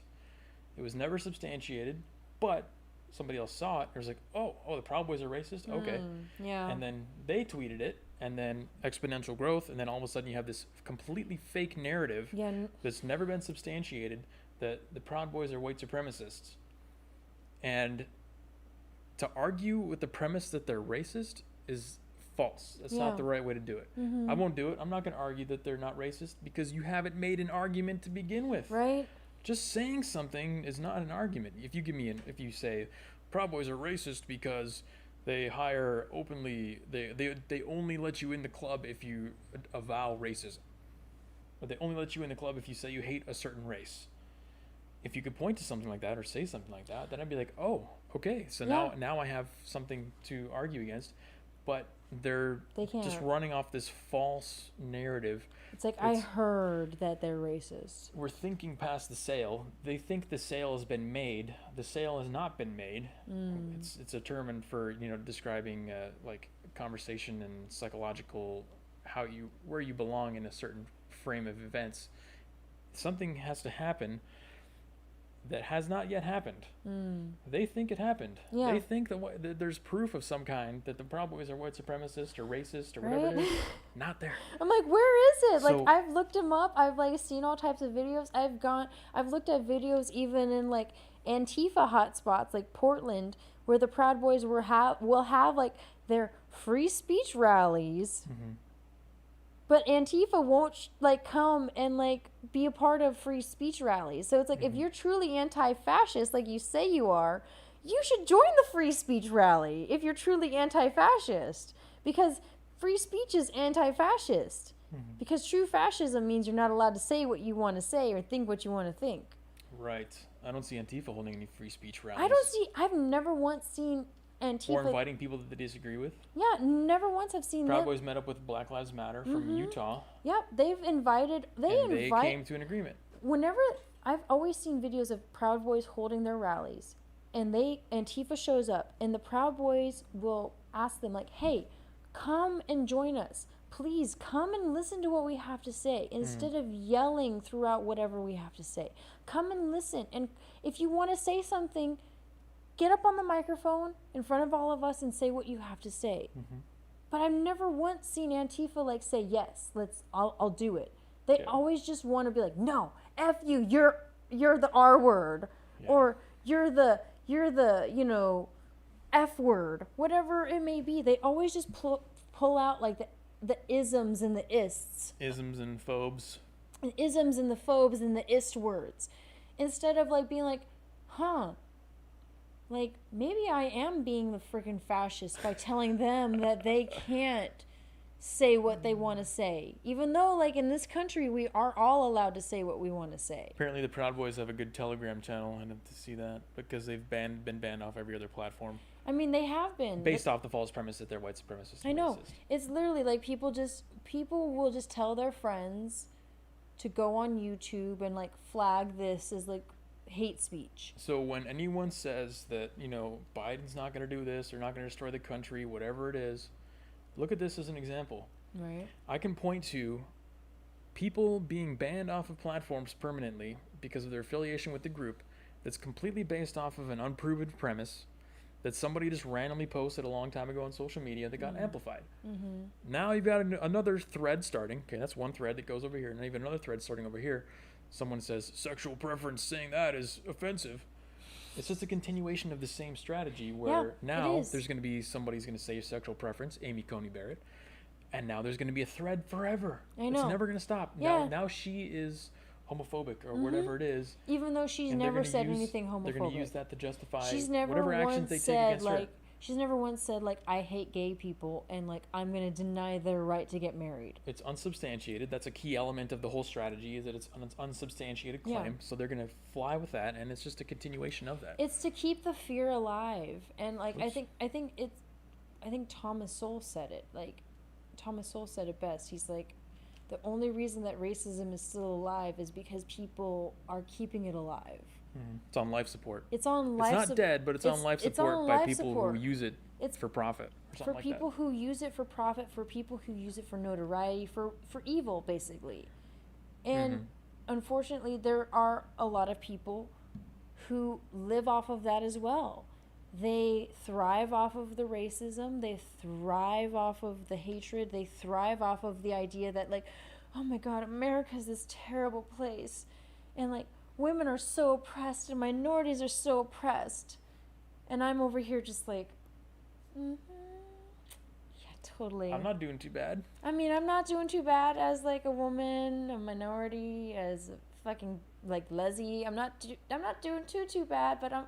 Okay, just keep feeding that narrative of, yeah, we're oppressed. We're all doomed. We're doomed. That's really what they wanted, like, boil it down to. No. Oh no, we're all doomed. Like, we're all going down the shitter. Like, I swear, all the people that, like, are hating on America right now are all the people that watch, like, all of these, like, terrible TV shows on like Hulu and Netflix that have been shelling out, like freaking Handmaid's Tale. That's all like, they do is consume entertainment. Well, that's all they don't can do anything else with their lives. They consume trash, really. That's all like. Entertainment is a synonym for trash. 99% of the time. I consume trash, but at least my trash is like not like bad trash that like makes me like hate America. It still melts your brain. It does melt my brain, but at least it doesn't make me hate America. Can you at least give me that? Okay, I'll give you that. In certain, I could find a way that it hates America. Any program you watch, I could find a way that it's ingraining principles within you that make you... It's anti-America. Hate Americans. America. Anti-America. Like, you think you're just watching Hoarders? No. No. Hoarders. There's a lot of There's a lot of anti-America and Hoarders. There's a lot of anti-America and what is it? My Strange Addiction. Exactly. I watched that the other day. Oh my God. You have a cultural legacy of fighting oppression, quote unquote, that when there is little oppression left to fight, you create your own dragons. Dirk, I've been saying that for like the last few years about the fucking gay community. Like ever since like marriage equality got passed and like the gays have been allowed to marry. What are we complaining about now? What are we going to complain about now? Now we have to just come up with something. And that's where, like, the whole transgender shit comes into play. Now they're like, oh, the transgenders can't serve in the military. You know what's going to be pathetic?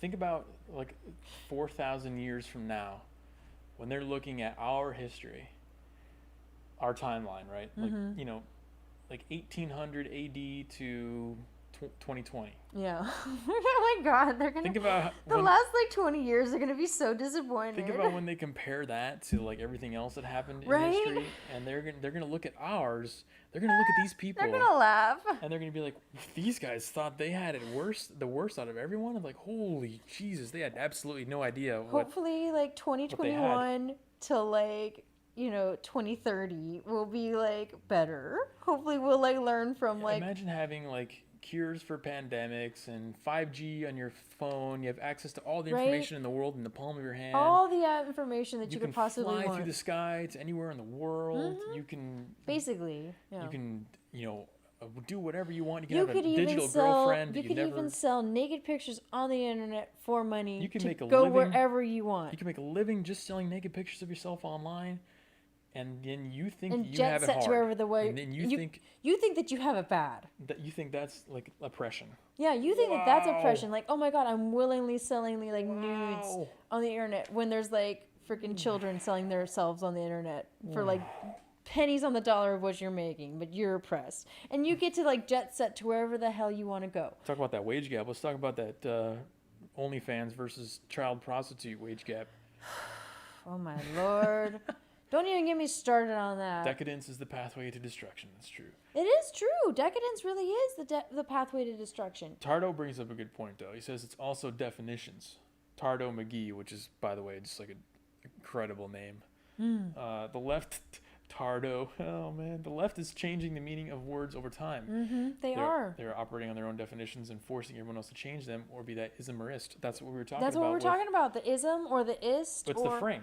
Yeah. They change the definition. It's like if you're defined as a racist, you're automatically discredited for whatever the hell you say, even if you bring up like very valid points. Yeah, you have a choice to not enter that frame and ever acknowledge that they're calling you that, or use the terms that they define them as, which is why I don't use any kind of phobias. Yeah. Because it's just an incorrect definition. It is. The word phobia is very obviously, you can look up any dictionary, it's an irrational fear. It is an irrational fear. That's why whenever people say like so-and-so is homophobic, I'm just like, how? It also requires a medical diagnosis because it is a medical condition. Well, yeah, it's like if you are so afraid of like gay people to where it's like it debilitates you, and you can't go outside because there's so many gays. There's like 2 of those people on the whole planet. There's like literally like 2 of those kinds of folk on the whole planet, and they're dying out. That's why you don't follow along. That's why I hate when Just they use those terms like let racist or homophobe or Islamophobe or xenophobe. I'm like, no. Let them use those words. Let me in use their own them, communities,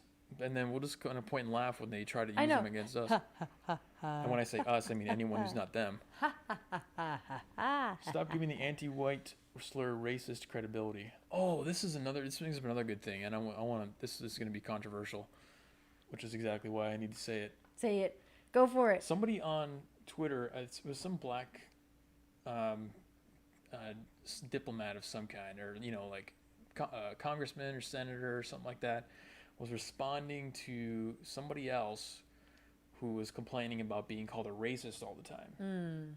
And he responded saying, "Oh, imagine what it's like being called. Have you ever been called the N-word, sir?" And I got thinking about it. So immediately off the bat, it's kind of a strange argument. You go with the who's been called worse names, but think about it and hear me out. Call me out if this doesn't make sense. Okay. If you could call it a racist, if you could call it an N-word, let's start with the N-word. Okay. What happens to you if you're black and I call it the N-word? What happens to you? What do you feel? I mean, depending on the person, but probably like less than, or like there's something wrong with you because you're getting called something different than like somebody that doesn't look like me or like somebody of my skin tone. Okay. So then that never really feels nice. So you're gonna feel like inferior. Yeah, inferior or like different. Inferior, different, probably offended, upset. A little bit, upset. Yeah.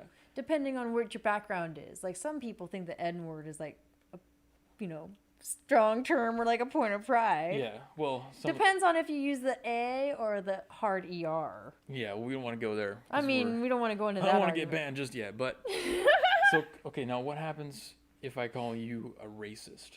Oh my god, like that's even worse in my opinion. Because how can you refute that?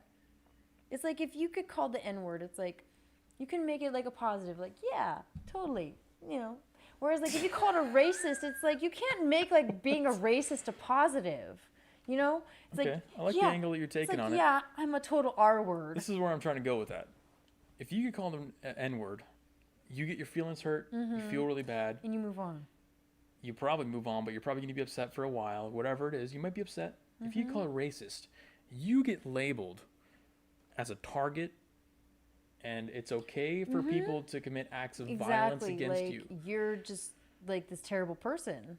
It's painting a target on your body, saying, hey guys, this is a racist, so if you commit violence against them, I'm not going to care. I'm not going to call the cops. I would prefer to commit violence against him myself, but I'm not. It's an invitation to commit violence. Am I wrong on that? No, MA says, Delaney, all you have to do is just laugh and tell him he's white. I mean, kind of right, MA, but at the same time, like, I try to play like a little bit of the female role and be like, no, like, let's hear him out. All I'm saying is, no, I you're think it's right. worse. I think it's worse to be called a white supremacist or racist than it is to be called the N-word. I think so too, because honestly, the black community has like emboldened and empowered the N-word and made it like. Well, look at all the memes. Punch a Nazi. Punch a Nazi. I could go on Twitter right now and pull up 1,000 different if you tweets get of called a people saying punch a racist- Nazi. If you get called a racist or like a Nazi or like a white supremacist, it's like, how can you refute that? It's like besides saying like I'm not a racist. That's the other thing. You could also, you're right. That's an angle that I didn't think of, and you can't refute that. You can't fight against it. Yeah, especially if you're like, that I can say, especially no, unfortunately if you're I'm like a not pale racist, skin like actually. you. If you're pale skin like you, Hey, you're. that's racist. I mean, totally racist. But my mom's a pale It's skin. that 100% European genes right there. My mom has that too. So and that's why I say it's like, as somebody with like a fair skin complexion, it's like if somebody does call you a racist, it's like, how can you refute that besides like saying like I'm not a racist, like I have a black friend. But It's a modern day tar and feathering. it is. Whereas like if somebody calls you like, "What's up, my N-word?" It's like it's like a badge of honor. Like, yeah, it's like, yeah, I am your N-word. I wouldn't go that far, but if that's somebody just- actually, like, if somebody, some hick walks up and yells it out his window at you as you're walking down the sidewalk, Unless says they the use N-word. it, unless they say like with a hard R. No, not that's the what I'm soft talking A. about. That's what I'm talking the about. hard R. I'm talking about the if full somebody deal. calls you the hard R, then of course it's like that's disrespectful. I'm talking about the full Monty. the full Monty, the hard R, everything. But that doesn't, the only person who's going to commit an act of violence against you is maybe that person because they're clearly unhinged. But, yeah. But if you label someone as a white supremacist, You literally have a mob of it's people. like, It's like a mob of people that will surround you and beat you up, even though you're just one person. And that's not fair. It's a permanent mark everywhere you is. go. We're seeing people getting banned from opening bank accounts now. Oh yeah. People have just been labeled. Like you're going to be removed from society. You're going to be totally removed from normal society and be able to like function as a normal adult and have a bank account and be able to conduct business as usual. You know what the funny thing is? That's sad. You know what the funny thing is when the leftists see this argument, or if they ever hear this argument, they're going to say, well, good, they shouldn't have a bank account. They shouldn't be able to operate in our society. Wait until it happens to them. They shouldn't be in our society. We should take them out of our I society. just say wait until it happens to them, because it's like, what is really racist? Like, what is really racist? Well, that's exactly what we go back to the point that whoever it was made, and it's a definition. Like, you can call someone a racist with no substantiation whatsoever, and then everyone's just like, racist? Right? Racist? Exactly. Racist? It's like, I Racist? just heard that Racist? they're a racist, so I just know. And it's like, okay, well, what evidence do you have that they are? Because as somebody who wants to like be against racism, I want to know. It's like, what evidence do you have? Because I listened, like, this is what happened to me when I got kicked out of my Lyft, is I asked the guy, I was like, what evidence do you have that so-and-so is a racist? And he couldn't answer my question. He's like, well, I can't answer that right now. And I was like, okay, well, don't you think it's a little bit silly going around saying, like, this person's a racist, but you don't have any facts or evidence, like, off the top of your head to substantiate your claim? And he was like, well, yeah, I guess you're right about that. And I was like, yeah, dude, so maybe stop using that term. Addicted to Drums brings up Ryan Long. Do you know who Ryan Long is on YouTube? He sounds familiar. He does like little skits that are politically leaning. It's hilarious, actually. His latest one, he does one where he's spoofing an office where you call the office and then he'll determine if the person that you're talking to is a Nazi or not. Oh, no. So yeah, that's like you. if I call you and it's like, oh, is he refusing to like say that he supports BLM? Oh, total Nazi. Yep. Total that's a Nazi. Stuff Like, why like would that. they ask you that? Like, It's exactly what it is. That They is can so call good. any reason. The whole point of the skit is that any reason that you could possibly come up with, you can label someone as a racist. yeah. And that's why it's more dangerous to call someone a racist than it is a white supremacist. It Because is. if a racist still required, if the term still required substantiation, like if I have a clip of me saying that I hate, certain race and I want to exterminate them off the face of the earth, you could call me a racist and I would probably avow it. That's the thing about actual racists, and a lot of these leftists don't know this because they've never seen a real racist. Yeah, they've never seen a real white supremacist. Do never deny it. Yeah. They will never deny it. They are proud. They're They happy. are proud to be like, yeah, I'm totally like white supremacist. Any chance they get like, to tell you that I'm they're a part of this white chapter. they'll show you their tattoos. Yeah, Any chance they they'll can show get. you their swastikas. I've even met like some racists in my life, and they have fucking swastikas on them, and I'll still talk to them. I'm like, whatever. Like, Well, I got to be careful around you now, but I know. you get the point that I'm saying. I is know. that I totally get the point actual that you're racists, saying. You have to substantiate it. There's no longer a requirement for substantiation there's due no- to the widely expanded definition and the fact that we have social media. And It's all basically that. just like, if you disagree with me, then you're a racist, and that's not fair, though. That's not a fair like assessment.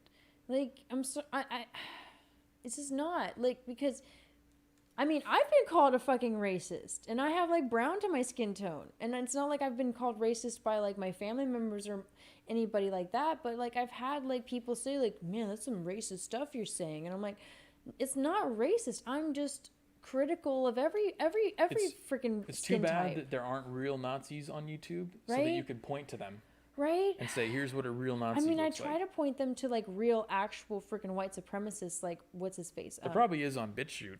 Well, there's what's his name? Richard Spencer or whatever. Oh yeah. That guy freaking endorsed Joe Biden. So I'm like, he needs to like, we need to like, Well, we he's need to. another one of those examples of like just being called a name. I don't think he's I don't actually know a if white he's supremacist. actually a white but supremacist. I he- mean, he they just, say like, Nick Fuentes is a white supremacist too, but just I don't another think example of one I of don't think those he's a white things. supremacist. I think that he's just personally, he thinks that like whites should procreate with whites and blacks should procreate with blacks. Like, just like back in the day when my great grandfather immigrated here from the Philippines, like there weren't Filipino women for him to marry, so the next best thing was like Mexican women. So it's like brown people need to procreate with brown people. I get it, but at the end of the day, it's like we're all like at some point mixed, and They like, wouldn't be saying that if white people emigrated in mass to Africa, right? and then you said white people need to interracial marry and eliminate the blacks from Well, Africa. that's not They'd what's be like, happening in Africa. They're just killing What? those white people in What? Africa. That's what's happening. Well, Why- you get the No, point I is get the their po- standard does not. No, hold I up totally at get, all. and that's the whole point that I'm trying to make. It's like, yeah, like people have their preferences. It's like, yeah, I know plenty of like, Spencer's a Fed. I'm sure he might be, but I'm sure there's plenty of like white people that like only want to procreate with white people. His last name is literally Fuentes. Yeah. It's not exactly a Scandinavian last name. Right, exactly. That's what gets me about Nick Fuentes too. It's like he's not like his last name is not exactly like a Eurocentric name. So, but my whole point being, it's like there are white people who want to procreate with white, black people who want to procreate with black, brown people who want to procreate with brown, and Asian people that only want their children It's to just procreate. natural in-group preference. It's natural preference. Again, with the whole preference argument, it's like sexual preference. There's racial preference. No, you're racist if you don't find every race equally attractive. You're racist if you don't find every single race attractive, and you're sexist and transphobic and homophobic if you don't want to have sex with somebody of the same sex or opposite sex or a transgender.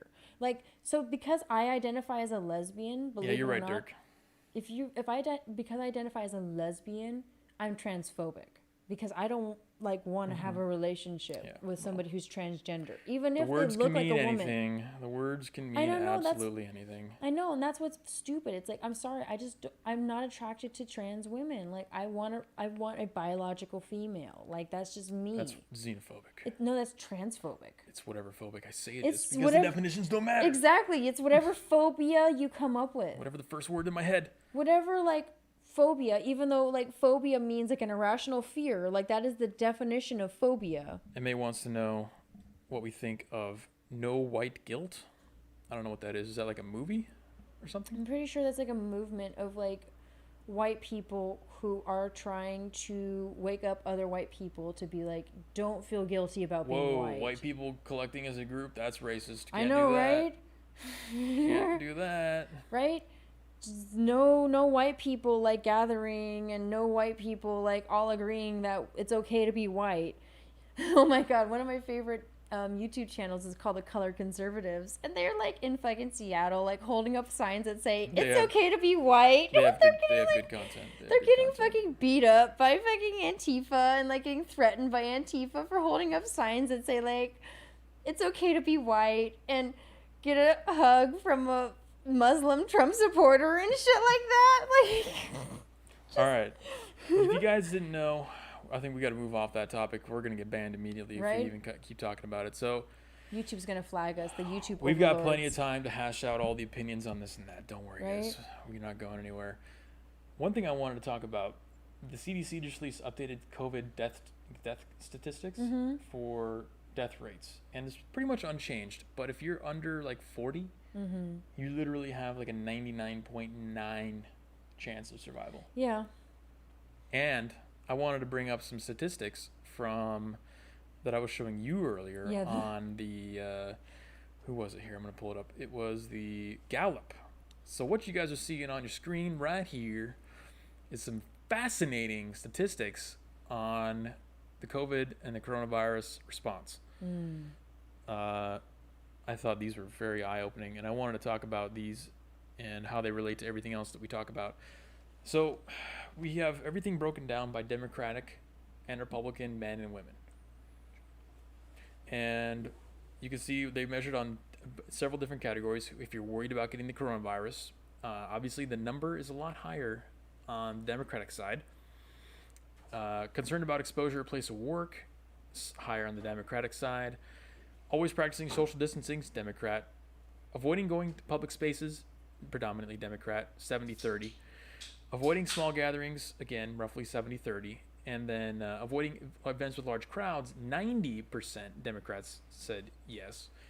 Only 50% of Republican men, 60% of Republican women said yes. But the most eye-opening statistic on this entire thing is the very last one on the whole chart. I want to direct your eyes to that one there. It says, percentage of Democratic men ready to return to normal activities right now. Right now. 5%. 5%. Betas. Democratic women, 3%. Are you kidding me? And then Republican men, 64%. So we're talking about a difference from 5% to 64%. And even the Republican women are 54%. Now, I can understand, divided on gender lines, that women would be less likely to want to go back to normal activities because they want to be safer. You know, they want to be caregivers and whatnot. Yeah. Well, and a lot of women get pregnant, and a lot of women get pregnant, and you know they don't want to expose their children to potential viruses that they shouldn't be. You know, it that was a kind of beer. stuff. No, it was not a beer. It's a White Claw, not a beer.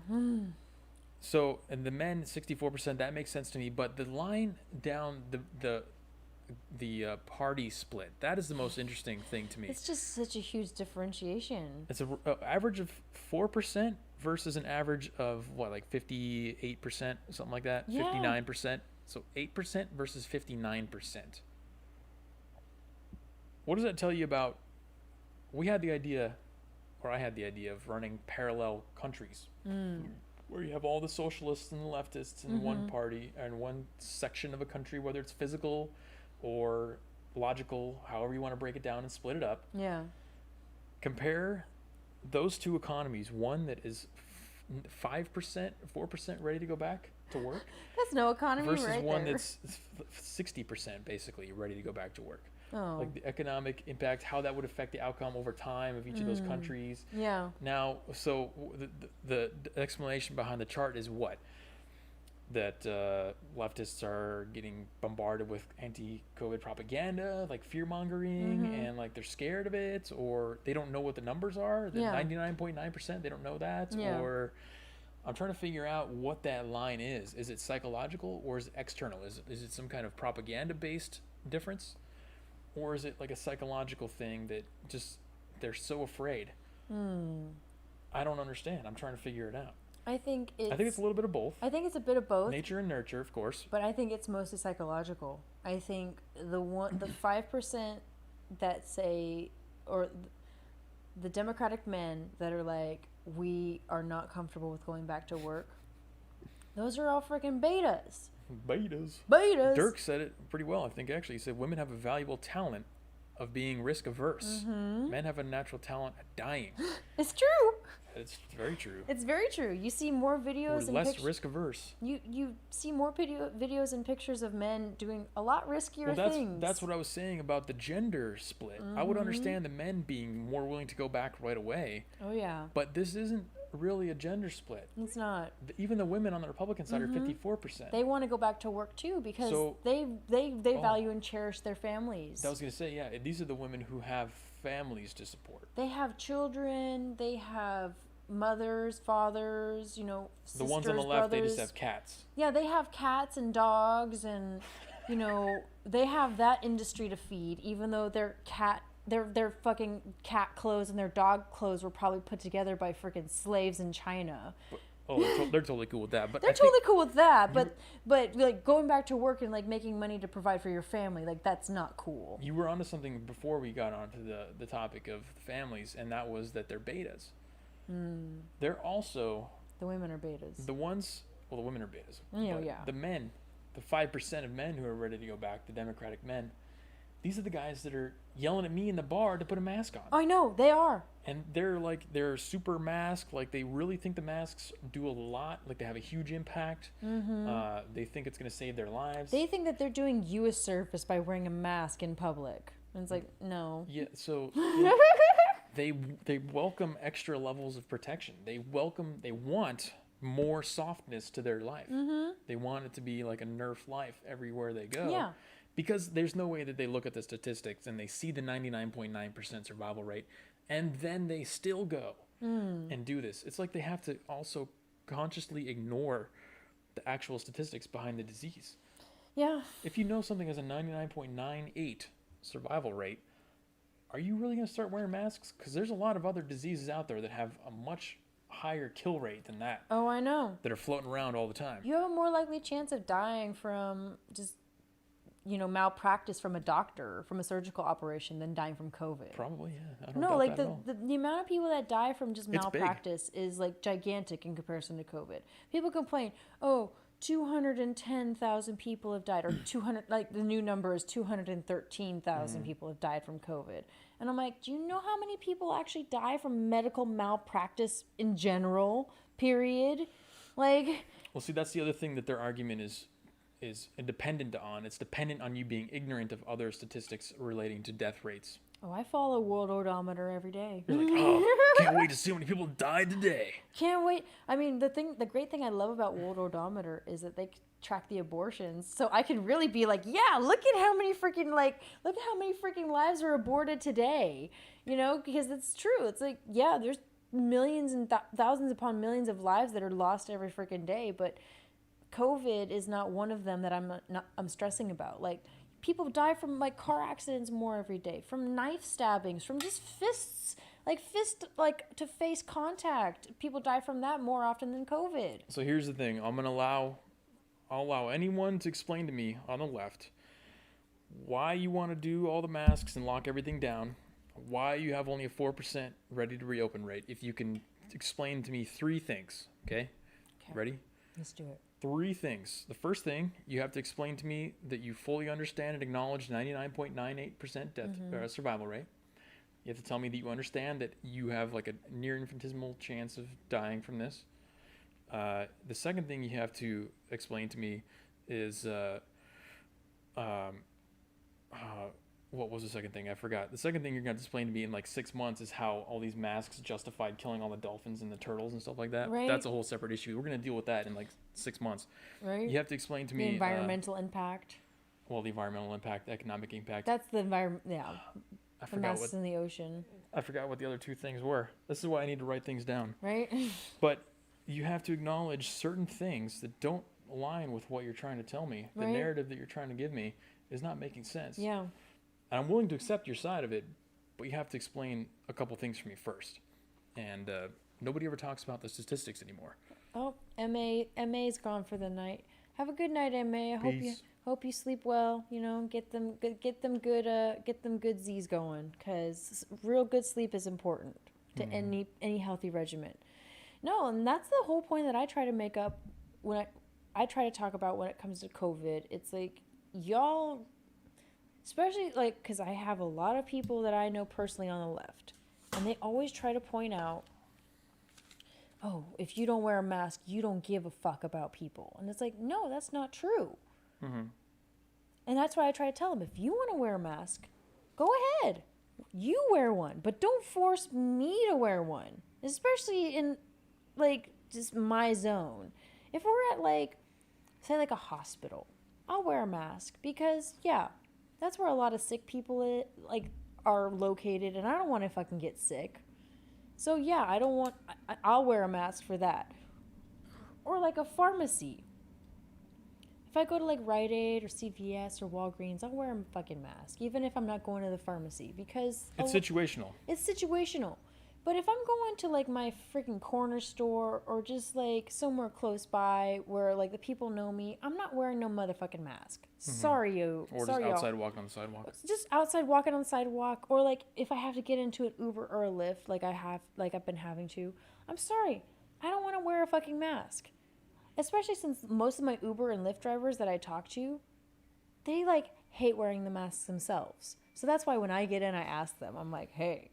Yeah, that's the thing. If you're forced to comply with your workplace, you probably Some of them are like, if you gotta wear that thing for 8 hours a day, man, that's... Some of them are like, no, go ahead, take it off, it's fine. And some of them are like, no, put it on, it's fine.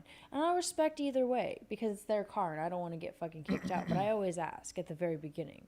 But I just don't see how wearing a mask is like a good thing, or like has had a positive impact on making 40% of Democrats say they always wear masks in outdoor settings when they can't socially distance.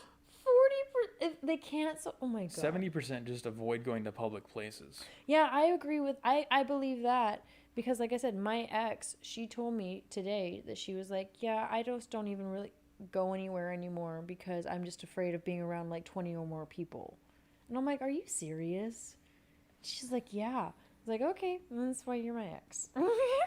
It's That's why, like, I'm not on that. Like, this statistic is a good measure of how effective the propaganda really is. yeah, it's true. And this is the funny thing about the COVID thing that nobody else is really going to think about. Listen up. At the beginning of the whole thing, the roles were reversed. It was flipped. The people on the left were saying, this is nothing, don't worry about it, not a big deal, just a cold, just a cold, just a cold, 1,000,000 times a day, just a cold. Now look at how the tables have turned. I know, right? Now it's the exact opposite, and It's become a politicized thing. well, it just shows that if they stayed with that narrative, and if they wanted to push that narrative, that side of the politicized version of it, that they could have gotten the 4% on the other side. They probably could have flipped those numbers if they wanted to, and that's the whole moral of the whole point behind this.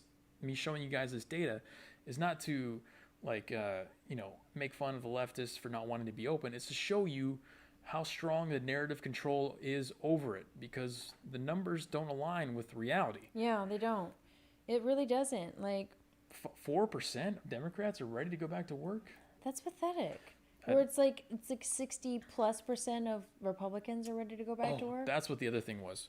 You have to explain to me that you understand the 99.9% death rates, and you have to justify to me keeping the hospitals basically locked down for COVID-only patients, despite the fact that they're all failing and they're all going under because they don't have enough patients, and their ICUs are empty. Yeah. Their critical care is empty. Their COVID patients are like minimal, all-time lows. Yeah. So you acknowledge the death rates like nothing. The hospitals are not overflowing, which was the original reason why we started doing this all in the first place. They're not. They haven't been overflowing. They haven't been overflowing for a long time. Yeah, and we live in an area where we're surrounded by some of the best hospitals, like, in the state, if not the country, where it's like we have tons of people, like, just flocking to the doctors that we have and teaching hospitals in general. So the fact that they're not like full of like people who are infected with this disease, as they like to call it. I don't even think it's a disease. It's a fucking virus. Yeah, so anytime anyone wants to argue with me about why masks and why lockdowns, first you have to start out the conversation by acknowledging you understand the death rates and acknowledging that hospitals are dying and that they have no critical care patients with COVID. Basically, the ICU beds are empty. So if you can make an argument with acknowledging both of those premises, I'm all ears. I'm easily convinced. Me too. I mean, but I don't think it can be done. You can't make any real rational arguments after you acknowledge both of those. We don't even have to get into economic destruction impact of it. It's just literally just fear. People have just been. I feel like people have been waiting for something like this to like happen. To like rationalize their fear. Be like, look at the president and the executive branch's response to this. Poor leadership. That's their main argument. That is literally their main argument. COVID was it was a total political move. I'm not going to say which party was the perpetrator of it. But, and the WHO just came out and said lockdowns make things worse. I think it did. I think the lockdowns... So let's add that as number 4. You have to acknowledge the death rate, 99.9%. You have to acknowledge hospitals have no ICU patients, and they're dying because of lack of other intake.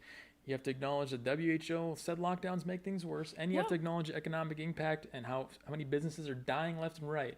If you can acknowledge all 4 of those, which are objective facts that are just happening, I can point to numbers and statistics for all those. Acknowledge all 4 of those, then make your argument for lockdowns and masks. Right? It's like we didn't do this for swine flu. We didn't do this for SARS. We didn't do this for the bird flu. We didn't do this for any of the other friggin' flus. Over 60 million infected with swine flu. Yeah, swine flu, bird flu, all the other kind of fucking flus that came out of China over the last, 2 decades. We never had anything like this. Why is it all of a sudden... It's a perfect storm of, if you chart it, the graph of softness over time, I guess for you guys' perspective, it'd go this way. Softness over time is going up, and also hatred of the president and politicization of all issues just in general are also going up. The politicization of everything, really. That perfect singularity right there, and then that's masks, lockdowns, everything. Yeah, it's really just a political thing. And we've been trying to say over the last, couple streams, it's like... The masks makes everybody, it's easy to differentiate who's with us and who's not. If you're wearing a mask at the grocery store, or if you're wearing a mask when you're walking down the street, you're with us. But if you're not wearing a mask at the grocery store, if you refuse to wear a mask anywhere, you're not with us. It's a signal. And that's just so... Signal for your tribe. It's a signal for your tribe. And then there's people like me in the middle. I'll wear a mask when it's appropriate, but I'm not going to wear a mask all the fucking time. I'm sorry. It's just stupid. I'm not going to wear a mask when I'm walking down the street to my corner store. Or when I go to a restaurant, especially here in California. Driven by social media, too. That's another one of those lines in the graph that also... Oh, yeah. Social media has a big part to play in it. That singularity. It's that's why I stopped following a lot of celebrities and a lot of influencers on social media, was because I just got fucking tired of seeing these artards just going on social media and posting pictures of them in their masks and being like, yeah, look, I can do it, so you can do it too. You should do it. And it's like, no, I don't want to fucking do it. That's the main point I'm trying to point out. You know what was also funny is that these leftists were having a great time posting pictures and stories of right-wingers and religious people who were like, well, this guy went to church and he said that COVID's not very dangerous, and then he got it and died. And they love... Oh, yeah. Just countless because they love death because they worship Satan. They just love to see their enemies die. They just love to see anybody die. I mean, these are the same people that, wished RBG would have died after the election just so that way, Biden could have possibly nominated a new Supreme Court justice. But now because she died before... we're in this political pickle when it comes to the Supreme Court nomination. It's is Trump... So let me ask you, do you think ACB is going to be nominated before the election? It looks like she will be. I think she will be. I personally think I hope she will be. They haven't because we're pulled any nukes out yet that I've seen. They don't have any nukes on her. It's not like what they had with Kavanaugh. It's not necessarily what they have on her. It's what they can do to slow the process up. That's all I'm saying. I mean, they can slow the process, but so, I mean, election day is what, November 3rd? So, and then whoever wins, Trump or Biden, they're not going to get into the White House until January, like, 20th, 21st or something like that. 21st is like inauguration, I believe. Yeah, something like that. So they have all this time. And they're, like, this is the number one question that all the Democrats have been asking ACB for all this whole fucking time is, do you think that it's appropriate for this to go on right now when there's an election going on? Mm-hmm. And it's like, yeah, she should be freaking nominated right now. Like, there's an opening. We need to fill this vacancy, because if we wait until the election, like, there's gonna be just some, like, weirdness going on, especially with, like, this election in particular. I'm not gonna be surprised at whatever happens. I'll say that. I wish that she's gonna get confirmed. I hope and, like, pray that she gets confirmed, because mask when needed, but not always. Yeah, you don't need the mask all the time. Agreed. If you're, like, walking down the street, you don't need the freaking mask. But if you're, like, going to a Rite Aid, or, like, if you're going to, like, a doctor's appointment, wear a mask, because honestly, you don't want to catch whatever's in the hospital. I'm totally cool with just following the Japanese model. Wear it when it's appropriate. Just wear it when it's appropriate. Yeah, I agree. That's it. But if you're, like, out on the street walking in public or at home, don't fucking wear it. It's fine. This is the other irony. We've got, like, a list of 6 things now that I'm working on for the leftists to try and fight the COVID arguments. This is the other argument. They're all anti-fascist, anti-fascist, anti-fascist. But now, when you want to give the government more power to mandate you and have more control over your lives, they're like, oh yeah, love it, welcome it. Anything, more mandates, put them on me. Masks, required, right? Mandatory. I'm going to just follow it. This is a good thing. It's no, not me. You can tell they're not very principled. Right? Derek, he says, artard is just code word for dumb cunt. Yeah, it's true, but I'm trying to not use, like, that word, because, I mean... Can't monetize that clip. Yeah, exactly. We can't monetize that, for one. And also, too, like, not to say, like, it's mean, but it kind of is a little mean, so I say artard just because it's funnier. She's still female. Just because she's a lesbian doesn't mean she doesn't have the female tendencies of being nicer. Or as my acting teachers in high school would say, instead of saying funnier, because funnier isn't actually a word, it's more funny. Believe it or not. Good words of wisdom to I know, right? to wrap it up on, I think. It's more funny. Yeah, let's go for the more funny things instead of just, like, the just straight up offensive. We like to laugh. We like to, like, People laugh. who aren't on the left, they like to laugh a lot more. And I like to laugh, and, like, people like my vernacular, and they laugh at my vernacular. So I try to, like, I'm trying to incorporate that into this. So I say artard because I think it's funnier. More funny. I say retard because I don't care about anyone's ideas of what's proper and to say. That's your white privilege right there speaking. Totally. That's your total white privilege. Whereas me, I'm just like... No, my white privilege is that I'm the only one who's going to be singled out for saying that because I'm white. I know. My white privilege works against me. Your white privilege does work against you, but it's okay. I love your white privilege, and I appreciate it. But, I mean, and that's why I love it, because I'm like, he could say the certain things that I can't say, and then I can say the certain things that he can't say. I just have to, like, look over to you and, like, hey, say the thing that I can't say. You know what I mean? Say tranny. Yeah, exactly. Because he can't say tranny, but I can say tranny for some reason, even though I'm not a tranny. Get a Discord server going for the channel. It's a good idea. I'll look into that. I mean, I'm down to get a Discord going, and I'll join the Discord. And I mean, I have, like, the Instagrams and the Twitters and all that. Follow her Instagram. It's in the description. You know, I just started it, so I'm getting myself rolling. You know, I can always use more feedback. You know, if you want to DM me on there. Everyone starts somewhere. Slide into her DMs. You heard it first. Slide into the DMs, even though, you know, I probably Hit the subscribe, notification bell, all that stuff down at the bottom if you haven't already. If you hit the like, it helps us defeat the algorithm. Share, subscribe. We always appreciate it. Other than that, just stay tuned for the next one. We'll probably be back Thursday or Friday. We're gonna go to the Women's March, right? We're going to Women's March on Saturday. This Saturday, we're gonna be filming that. Mm-hmm. And we'll probably do a live stream before then as well. Yeah, so. maybe you want to do Thursday or Friday or just...